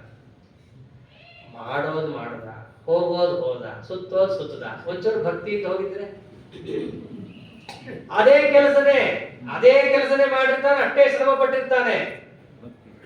ಒಂದೇ ಮಿಸ್ ಆಗಿರುತ್ತೆ. ಭಕ್ತಿಯಿಂದ ಮಾಡಿರಲ್ಲ. ಅಮ್ಮನಿಗೋಸ್ಕರ ಮಾಡದೆ, ಅವಳು ಬೈತಾಳಲ್ಲ ಅಂತ ಮಾಡದೆ, ಹಾಗಾಗತ್ತೆ ನಿನ್ನ ಅವಸ್ಥೆ. ಎದುರಿಗಿದ್ದಾನಲ್ಲಪ್ಪ ಕೃಷ್ಣ, ಅವನು ಬೈತಾನಲ್ಲ ಅಂತ ಅಷ್ಟೇ ನೀ ಮಾಡೋದು ಮಾಡ್ತೀಯ, ಅದಂತೂ ನಿಶ್ಚಿತ. ಅದನ್ನು ಮಾಡಿದ್ರೆ ನಿನ್ನ ಧರ್ಮಾನುಷ್ಠಾನ ಮಾಡಿದಾಗ ನಿನಗೆ ಬರಬೇಕಾದ ಪುಣ್ಯ ಏನಿತ್ತು ಅದು ನಿನಗೆ ಬರಲ್ಲ. ಅದು ನಿನಗೆ ಬರಬೇಕು ಅಂತಂದ್ರೆ ಮನಸ್ಸಿಟ್ಟು ಕೆಲಸ ಮಾಡು, ಪರಮಾತ್ಮನ ಪ್ರೀತಿಗೋಸ್ಕರ ಅಂತ ಕೆಲಸ ಮಾಡು, ಅವಾಗ ನಿನಗೆ ಪುಣ್ಯ ಬರುತ್ತೆ. ಇಷ್ಟೆಲ್ಲ ಉಪದೇಶ ಮಾಡಿದ ಮೇಲೆ ಕೃಷ್ಣ ಒಂದು ಮಾತಂತಾನೆ, ಹೇಳೋದೆಲ್ಲ ಹೇಳಿದೆ ಅರ್ಜುನ, ಯಥೇಚ್ಛಸಿ ತಥಾ ಕೊಡು. ಬಹಳ ಅರ್ಥ ಇದೆ. ಇಷ್ಟೆಲ್ಲ ಹೇಳಿದ ಮೇಲೂ ನೀನ್ ಇಷ್ಟ ಬಂದಂಗೆ ಮಾಡ್ತೀಯಾ ಅಂತ ಅರ್ಥ ಆಗುತ್ತೆ. ನಿನಗೆ ಹೆಂಗಿಷ್ಟನೋ ಹಂಗೆ ಮಾಡು ಅಂತ ಆಪ್ಷನ್ ಕೊಟ್ಟಿದ್ದಲ್ಲ ದೇವರು. ನಿನಗಿರೋದೇ ಒಂದ್ ದಾರಿ, ಹೀಗೆ ನೀನು ಹೋಗ್ಬೇಕು, ಹಿಂಗೆ ನಾನು ಹೋಗಿಸ್ತೀನಿ, ಇಷ್ಟ ಬಂದಂಗೆ ನೀನ್ ಮಾಡ್ತೀಯಾ? ಇಲ್ಲ ಸ್ವಾಮಿ, ಆಗಲ್ಲ. ನಷ್ಟೋ ಮೋಹ ಸ್ಮೃತಿರ್ಲಬ್ಧ ತತ್ಪ್ರಸಾದ ಜನಾರ್ದನ ಸ್ಥಿತೋಸ್ಮಿ ಗತ ಸಂದೇಹ ಕರಿಷ್ಯೆ ವಚನಂ ತವ. ನೀನು ಹೇಳ್ದ ಹಾಗೆ ಕೇಳ್ತೀನಿ. ನಾವೆಲ್ಲರೂ ದೇವರ ಎದುರು ಒಂದು ಮಾತು ಅಂತ ಇರ್ತೀವಿ, ಭಾಗವತದಲ್ಲಿ ಬರ್ತೀವಿ, ಶ್ರೀನಿವಾಸ ಕಲ್ಯಾಣದಲ್ಲೂ ಈ ಮಾತು ಬರುತ್ತೆ. ಏನದು? ದೇವರ ಎದುರಿಗೆ ನಾವು ಹರಕೆ ಹೊತ್ಕೊಂಡ್ರೆ ದೇವರು ಸುಪ್ರಸನ್ನನಾಗ್ತಾನೆ, ನಾವು ಹೇಳಿದ್ದೆಲ್ಲ ಕೆಲಸ ಮಾಡ್ತಾನೆ. ಏನ್ ನಾವು ಕೊಡೋ 2 ಬಾಳೆಹಣ್ಣಿಗೆ ಅವನಿಗೆ ಎಷ್ಟು ಕೆಲಸ ಮಾಡ್ಬೇಕು? ಪಕ್ಕದ ಮನೆಯವ್ರ ಸೇರಿ ಮಾಡ, ಅವನಿಗೆ ನಾವು ಅಪೇಕ್ಷೆ ಪಡ್ತೀವಿ. ಅವನಿದಾನಲ್ಲ 14 ನೋಡಿಯ ಸರ್ವೋತ್ತಮ ಸಾರ್ವಭೌಮ. ದೇವರಿಗೆ ಸುಪ್ರೀತ ಆಗೋದು ಒಂದೇ ಒಂದು ಮಾತಿನಿಂದ. ಏನು? ಕರಿಷ್ಯೆ ವಚನ ತವ. ನಾನು ಹೇಳ್ದಂಗೆ ನೀ ಕೇಳು ಅಂದ್ರೆ ದೇವರು ಕೇಳಲ್ಲ, ಅವನು ಯಾರ ಮಾತು ಕೇಳಲ್ಲ. ನಮಗೆ ಯಾವಾಗ ಅವನು ವಶ ಆಗ್ತಾನೆ, ನೀನು ಹೇಳ್ದಂಗೆ ನಾ ಕೇಳ್ತೀನಿ ಅಂತಂದಾಗ ದೇವ್ರು ನಾವು ವಶ ಆಗ್ತಾನೆ. ಅವನು ಹೇಳಿರೋದೇನು? ಅವನು ಹೇಳಿರೋದೇ ಶಾಸ್ತ್ರಗಳು, ಅವನು ಹೇಳಿರೋದು ಇದೇನೆ, ಇತಿಹಾಸ ಪುರಾಣಗಳೇ ಅವನ ಮಾತು. ವೇದವ್ಯಾಸ ದೇವರು ಅವನೇನೆ, ಅವನದ್ದೇ ಮಾತು. ಅವನ ಮಾತಿನಂತೆ ನಾವು ನಡ್ಕೊಳ್ತೀವಿ ಅಂತ ಸಂಕಲ್ಪ ಮಾಡಿದ್ರೆ ಸಾಕು, ಪರಮಾತ್ಮ ಸುಪ್ರಸನ್ನನಾಗ್ತಾನೆ. ಅವಾಗ ನಿಮ್ಮ ಮಾತನ್ನು ಅವನು ಕೇಳ್ತಾನೆ. ಇದು ಬಹಳ ಚೆನ್ನಾಗಿದೆ. ನಮ್ಮ ಮಾತು ಅವನು ಕೇಳಬೇಕು, ಅವನ ಮಾತು ನಾವು ಕೇಳಲ್ಲ, ಇದು ನಡೆಯಲ್ಲ. ತಸ್ಮಾತ್ ಶಾಸ್ತ್ರಂ ಪ್ರಮಾಣಂತೆ ಕಾರ್ಯಕಾರ್ಯ ವ್ಯವಸ್ಥಿತ. ನಾವು ಏನೇ ಕೆಲಸ ಮಾಡಬೇಕಾದ್ರೂ ಕೂಡ ಪರಮಾತ್ಮ ಹೇಳಿದ್ದಾನೆ, ಅವನ ಪ್ರೀತಿಗೋಸ್ಕರ ನಾವು ಮಾಡ್ತಿದ್ದೀವಿ ಅಂತ ಮಾಡಿದ್ರೆ ಸಾಕು, ಪರಮಾತ್ಮ ಸುಪ್ರಸನ್ನನಾಗ್ತಾನೆ. ನಮ್ಮ ಮನಸ್ಸನ್ನ ಅದಾದ್ರೂ ತಂದ್ಕೋಬೇಕು, ಸ್ವಾಮಿ ನೀನು ಹೇಳ್ದಂಗೆ ನಾನು ಕೇಳ್ತೀನಿ. ಅವಾಗ ದೇವರು ನಾವು ಹೇಳ್ದಂಗೆ ಕೇಳ್ತಾನೆ. ಅಂದ್ರೇನು? ದೇವರು ಸುಪ್ರಸನ್ನನಾಗ್ತಾನೆ. ಅರ್ಜುನ ಕಡೆಗೆ ಅಂದಿದ್ದಾನೆ. ಇದಿಷ್ಟೂ ಒಂದು ಸಂವಾದ ಏನಿದೆ ಭಗವದ್ಗೀತಾ, ಇದನ್ನೇ ವರ್ಷಾನುಗಟ್ಟಲೆ ಕೇಳಬಹುದು. ಕೆಲವೊಮ್ಮೆ ನಾವು ಒಳ್ಳೊಳ್ಳೆ ಕೆಲಸ ಮಾಡಕ್ ಹೋದಾಗಲೂ ಏಟು ತಿನ್ನೋದಿದೆ, ಬೀಳುತ್ತೆ, ಚೆನ್ನಾಗೇ ಬೀಳುತ್ತೆ. ಬಂದಾಗ ನಮ್ಗೆ ಏನನ್ಸುತ್ತೆ? ಮಾಡಬಾರ್ದಿತ್ತು, ಅವ್ರ ಮಾತು ಕೇಳಬಾರ್ದಿತ್ತು, ರಾಯರ ಮಠಕ್ಕೆ ಹೋಗ್ಬಾರ್ದಿತ್ತು, ತೆಪ್ಪು ಓದ್ತಾ ಕೊಡ್ಬೇಕಿತ್ತು ನಾನು, ಇವೆಲ್ಲ ಅನ್ಸುತ್ತೆ. ಆ ಟೈಮಲ್ಲಿ ಏನಾದ್ರೂ ನಾವು ಓದಕ್ ಹಾಕಿದ್ರೆ ಆಟಕ್ಕೆ ಹೋಗಿದ್ ನೆನಪಾಗಲ್ಲ, ರಾಯರ ಮಠಕ್ಕೆ ಹೋಗಿದ್ ಮಾತ್ರ ನೆನಪಾಗುತ್ತೆ. ಇದು ಎಲ್ಲರ ಅನುಭವದಲ್ಲೇ ಇದೆ. ಇದು ತಾನು ಏನು ಹಾಳು ಮಾಡಿರ್ತಾನೆ ಅದು ಯಾರಿಗೂ ನೆನಪಾಗಲ್ಲ, ದೇವರಿಗೋಸ್ಕರ ಹಾಕಿದ್ದು ನೆನಪಾಗತ್ತೆ. ನಾನು ಅದು ಮಾಡಬಾರ್ದಿತ್ತು, ಅಷ್ಟೊತ್ತು ಸಂಧ್ಯಾವನೆ ಮಾಡಬಾರ್ದಿತ್ತು, ಅಷ್ಟೊತ್ತು ಪೂಜಾ ಮಾಡಬಾರ್ದಿತ್ತು, ಒಂದ್ ಸ್ವಲ್ಪ ಅದ್ರಲ್ಲಿ 5 ನಿಮಿಷ ಕಟ್ ಮಾಡ್ಕೊಂಡಿದ್ರೆ ನನಗೆ ಆಗ್ತಿತ್ತು. ಇದನ್ನೇ ಗೀತೆಯಲ್ಲಿ ಹೇಳ್ತಾನೆ, ನಾಸತೋ ವಿದ್ಯತೆ ಭಾವ ನಾ ಭಾವೋ ವಿದ್ಯತೆ ಸತಃ ಉಭಯೋರಪಿ ದೃಷ್ಟವಂತ ಸ್ತನಯೋ ತತ್ವದರ್ಶಿವಿ. ಭಗವದ್ಗೀತೆ ಒಂದೊಂದು ಶ್ಲೋಕದಲ್ಲೂ ನೋಡಿದ್ರು ಇದೊಂದೇ ಶ್ಲೋಕದ ಮೇಲೆ ನಮ್ಮ ಆಚಾರ್ಯರು 6 ತಿಂಗಳು ಉಪನ್ಯಾಸ ಮಾಡ್ತಾರೆ. ಅವರು 72ರಿಂದ 80 ತನಕ ಕುಂದಾಪುರ ಮಠದಲ್ಲಿ ಮಹಾಭಾರತ ಉಪನ್ಯಾಸ ಮಾಡಿದ್ರು. ಅದು ವರ್ಲ್ಡ್ ರೆಕಾರ್ಡ್ ಹಿಸ್ಟ್ರಿ. ಆ ಉಪನ್ಯಾಸದಲ್ಲಿ ಮಧ್ಯದಲ್ಲಿ ಭೀಷ್ಮ ಪರ್ವ ಬಂದೇ ಬರುತ್ತೆ, ಇವತ್ತು ಬಂದ ಹಾಗೆ. ಮಧ್ಯದಲ್ಲಿ ಭಗವದ್ಗೀತಾನೂ ಬರುತ್ತೆ, ಆ ಭಗವದ್ಗೀತೆಯಲ್ಲಿ ಈ ಶ್ಲೋಕನೂ ಬರುತ್ತೆ. ಈ ಶ್ಲೋಕವನ್ನು ಅವರು 6 ತಿಂಗಳು ಉಪನ್ಯಾಸ ಮಾಡಿದ್ರು. ಆಗಿನ ಕಾಲದಲ್ಲಿ ಕೇಳಿದವರೆಲ್ಲ ಹೇಳ್ತಾರೆ ಇದೊಂದೇ ಶ್ಲೋಕ ಹೇಳಿದ್ರು. ಆನೆ ಮೇಲೆ ಅಂಬಾರಿ ಮಾಡಿ, ಆನೆ ಮೇಲೆ ನೋಡಿದವ್ರು ಆನೆ ಮೇಲೆಲ್ಲ ಅಂಬಾರಿ ಮಾಡಿ ಅವಾಗ ಕುಂದಾಪುರ ಮಠದಲ್ಲಿ ನಡೆಸಿದ್ರು ಇತಿಹಾಸ. ಹಾಗವ್ರು ಹೇಳಿದ್ದು, ನಾಸತೋ ವಿದ್ಯತೆ ಭಾವ ನಾ ಭಾವೋ ವಿದ್ಯತೆ ಸದಾ. ಯಾವತ್ತೇ ಆಗಲಿ ಕೆಟ್ಟ ಕೆಲಸವನ್ನ ಮಾಡಿ ನಾವು ಒಳ್ಳೆಯ ಫಲವನ್ನು ಪಡಿತೀವಿ ಅಂತ ಅನ್ನೋದಿಲ್ಲ. ಹಾಗೆ ಒಳ್ಳೆ ಕೆಲಸವನ್ನ ಮಾಡಿದ್ದರಿಂದ ನಿಮಗೆ ಕೆಟ್ಟ ಅನರ್ಥ ಅನ್ನೋದು ಇಲ್ಲ. ನ ಅಸತಃ ಭಾವ ವಿದ್ಯತೆ. ಅಸತಃ ಅಸತ್ ಕಾರ್ಯದಿಂದಾಗಿ ಭಾವ ಅಂದ್ರೆ ಒಳ್ಳೆಯದು ನಿಮಗೆ ಯಾವತ್ತಿಗೂ ಆಗಲ್ಲ. ಏನೋ ತಾತ್ಕಾಲಿಕವಾಗಿ ನಿಮಗೆ ಸಿಗಬಹುದಷ್ಟೇ, ಆದರೆ ಅಂತತೋಗತೋ ದುಃಖನೇ. ಹಾಗೆ ನಾಭಾವೋ ವಿದ್ಯತೆ ಸತಃ. ಸತ್ಕಾರ್ಯದಿಂದ ಅಭಾವ ಅಂದ್ರೆ ದುಷ್ಟ ಒಂದು ಅನರ್ಥ ಫಲಗಳು ನಿಮಗೆ ಇಲ್ಲ. ಆದ್ದರಿಂದಾಗಿ ಅರ್ಜುನ, ನೀಯೇನು ಯುದ್ಧವನ್ನ ಮಾಡಕ್ ಕೊಟ್ಟಿದ್ದೀಯಲ್ಲ, ಇದರಲ್ಲಿ ಯಾವುದೇ ರೀತಿಯಾದ ಅನರ್ಥ ಇಲ್ಲ. ಗೆಲ್ತಿನೋ ಸೋಲ್ತಿನೋ ಅಂತ ನಿನಗೆ ಅದನ್ನು ಬಿಟ್ಟು ಬಿಡೋದನ್ನ. ನೀನು ಮಾಡ್ತಿರೋ ಕೆಲಸ ಒಳ್ಳೇದಿದೆ, ಮಾಡು, ಫಲಾಫಲ ನನಗೆ ಬಿಡು, ನಿನಗೆ ಜಯನೇ ಆಗುತ್ತೆ. ಆದ್ದರಿಂದ ಹೆದರ್ಬೇಡ. ನೀನೇ ಉಪನ್ಯಾಸ ಮಾಡಿದ್ದೀಯ ಧರ್ಮರಾಜನ ಸ್ವಲ್ಪ ಹೊತ್ತಿಗೆ ಮುಂಚೆ, ನಮಗೆ ಜಯನೇ ಆಗುತ್ತೆ ಕೃಷ್ಣನಿಂದ ಹೋದ್ರೆ ಅಂತ ಅವೆಲ್ಲ ಇದೆ. ಅದನ್ನೇ ಅಂತಾನೆ, ಸ್ಥಿತೋಸ್ಮಿ ಗತ ಸಂದೇಹ ಹರಿಷ್ಯೇ ವಚನಂತವ. ಆದ್ದರಿಂದ ನೀವು ಹೇಳ್ದಂಗೆ ಕೇಳ್ತೀನಿ ಕೃಷ್ಣ ಅಂತ ಹೇಳಿ ಅರ್ಜುನನ ಶೋಕವನ್ನ ಪೂರ್ಣ ಪರಿಹಾರ ಮಾಡಿದ ಮೇಲೆ ಮತ್ತೆ ಅರ್ಜುನ ಎದ್ದ. ಧನುಸ್ಸು ಗಿನುಸು ಎಲ್ಲ ಕೆಳಗೆ ಒಗದವನು ತಗೊಂಡ, ಬಾಣ ತಗೊಂಡ, ಕಿರೀಟ ಮತ್ತೆ ಹಾಕೊಂಡ, ಶಂಖನಾದವನ್ನ ಮತ್ತವನು ಮಾಡ್ತಾ ಇದ್ದಾನೆ. ಇವೆಲ್ಲ ನಡೆದಿದ್ದು ಗೊತ್ತಾಗಿದ್ದು ಒಬ್ಬನಿಗೆ ಮಾತ್ರ, ಸಂಜಯ ಒಂದು ಗೊತ್ತಾಗಿದೆ. ಅವನಂತಾನೆ, ಎಂಥ ಸಂವಾದ ನಡೀತು ಅವರಿಬ್ಬರ ಮಧ್ಯೆ, ಅಧ್ಯಾತ್ಮ ವಿದ್ಯಾ ಸಂವಾದ. ಅದನ್ನು ನೆನೆಸ್ಕೊಂಡ್ರೆ ಸಾಕು ನನ್ನ ಮೈ ರೋಮಾಂಚನ ಆಗತ್ತೆ. ನನ್ಗೆ ಎಂಥ ಸೌಭಾಗ್ಯ ನೋಡು. ನೀನ್ ನೋಡಲ್ಲ ಅಂತಂದಿ. ಧೃತರಾಷ್ಟ್ರನಿಗೆ ಅಂತಾರೆ, ವೇದವ್ಯಾಸ ದೇವರು ಬಂದು ನಿನಗೆ ಕಣ್ ಕೊಡ್ತೀನಿ ಅಂತಂದ್ರು, ನೀನ್ ನೋಡಲ್ಲ ಅಂದಿದ್ದಕ್ಕೆ ನನಗೆ ಆ ಸೌಭಾಗ್ಯ ಬಂತು. ಅದರಿಂದ ನೋಡು ನನಗೆ ಎಂಥ ಭಾಗ್ಯ. ಭಗವದ್ಗೀತಾ ಕೇಳಿದೆ, ವಿಶ್ವರೂಪ ಪರಮಾತ್ಮನಂತ ನೋಡಿದೆ, ಅದನ್ನೇ ನೆನೆಸ್ಕೊಂಡು ಮೈ ರೋಮಾಂಚನ ಆಗ್ತಾ ಇದೆ ನನಗೆ. ಆದ್ದರಿಂದ ಈ ಭಗವದ್ಗೀತಾನೇ ಒಂದು ಕೇಳಬೇಕು ಅಂತ ಹೇಳಿ ಪುನಃ ಪುನಃ ಭಗವದ್ಗೀತೆಯನ್ನು ಶಂಸನ ಮಾಡ್ತಾನೆ. ಕಡೆಗೆ ಅವನು ಅನ್ನೋ ಮಾತು ಅದೇನೆ, ನನ್ನ ಮಕ್ಕಳು ಹಾಗೆ, ನನ್ನ ಮಕ್ಕಳು ಹೀಗೆ ಅಂತ ಯೋಚನೆ ಮಾಡ್ತಾ ಇದೆಯಾ? ಒಂದು ಮಾತು ತಿಳ್ಕೋ, ಯತ್ರ ಯೋಗೇಶ್ವರ ಕೃಷ್ಣ ಯತ್ರ ಪಾರ್ಥೋ ಧನುರ್ಧರ ತತ್ರ ಶ್ರೀ ವಿಜಯ ಭೂತಿ ಧ್ರುವಾನೀತಿರ್ ಮತಿರ್ಮಮ. ಯೋಗೇಶ್ವರನಾದ ಕೃಷ್ಣ ಎಲ್ಲಿದ್ದಾನೋ, ಎಲ್ಲಿ ಧನುರ್ಧರನಾದ ಪಾರ್ಥ ಇದ್ದಾನೋ, ಅಲ್ಲಿ ಇಂಥವೆಲ್ಲ ನಿಶ್ಚಯ. ಯಾವುದು? ತತ್ರ ಶ್ರೀಹಿ, ರಾಜ್ಯಲಕ್ಷ್ಮಿ ಅವನದ್ದೇ, ಗೆಲ್ತರ. ವಿಜಯ, ಗೆದ್ದೆ ಗೆಲ್ತಾರೆ. ಭೂತಿ, ಮೇಲಿನ ಲೋಕವು ಅವರದ್ದೇ. ಧ್ರುವ ನೀತಿರ್ ಮತಿರ್ಮಮ, ಇವೆಲ್ಲವೂ ನೀತಿಬದ್ಧವಾಗಿ ಅವರಿಗಾಗುತ್ತೆ. ಇದೆಲ್ಲವೂ ನನ್ನ ಅಭಿಪ್ರಾಯ. ನನ್ನ ಅಭಿಪ್ರಾಯ ಅಂದ್ರೆ ಯಾರದ್ದದು? ನಾನು, ನನಗೆ ಅನುಗ್ರಹ ಮಾಡಿದ ವೇದವ್ಯಾಸ ದೇವರು, ನಿಯತಿಯಾದ ಪರಮಾತ್ಮನ ಅಭಿಪ್ರಾಯವೂ ಇದ್ದೇ. ನನ್ನ ಮಕ್ಕಳು ಗೆಲ್ತಾರ ಅನ್ನೋದನ್ನು ಬಿಟ್ಟುಬಿಡು, ಸರ್ವಥಾ ಗೆಲ್ಲಲ್ಲ ನಿನ್ನ ಮಕ್ಕಳು. ಯುದ್ಧ ಏನಾಯ್ತು ಅಂತ ಕೇಳಿದ್ದಕ್ಕೆ ಸಂಜಯ ಇಷ್ಟು ಹೇಳಿದ್ದು ಪ್ರಾರಂಭದಲ್ಲಿ. ಇಷ್ಟು ತಿಳಿಸಿದ ಮೇಲೆ ಅರ್ಜುನ ಎದ್ದ ಮೇಲೆ ಆನಂತರದಲ್ಲಿ ಯುದ್ಧದ ಪ್ರಾರಂಭ ಏನಾಯ್ತು ಇತ್ಯಾದಿ ಭಾಗವನ್ನ ಹಳೆ ದಿವಸ ನೋಡೋಣ ಅಂತ ಹೇಳ್ತಾ, ಅದೇ ಯಥಾವತಿ ಕಥಾಭಿಪ್ರಾಯ ಶ್ರೀಕೃಷ್ಣಾರ್ಪಣಮಸ್ತು. ಹರಿಯೇ ನಮಃ.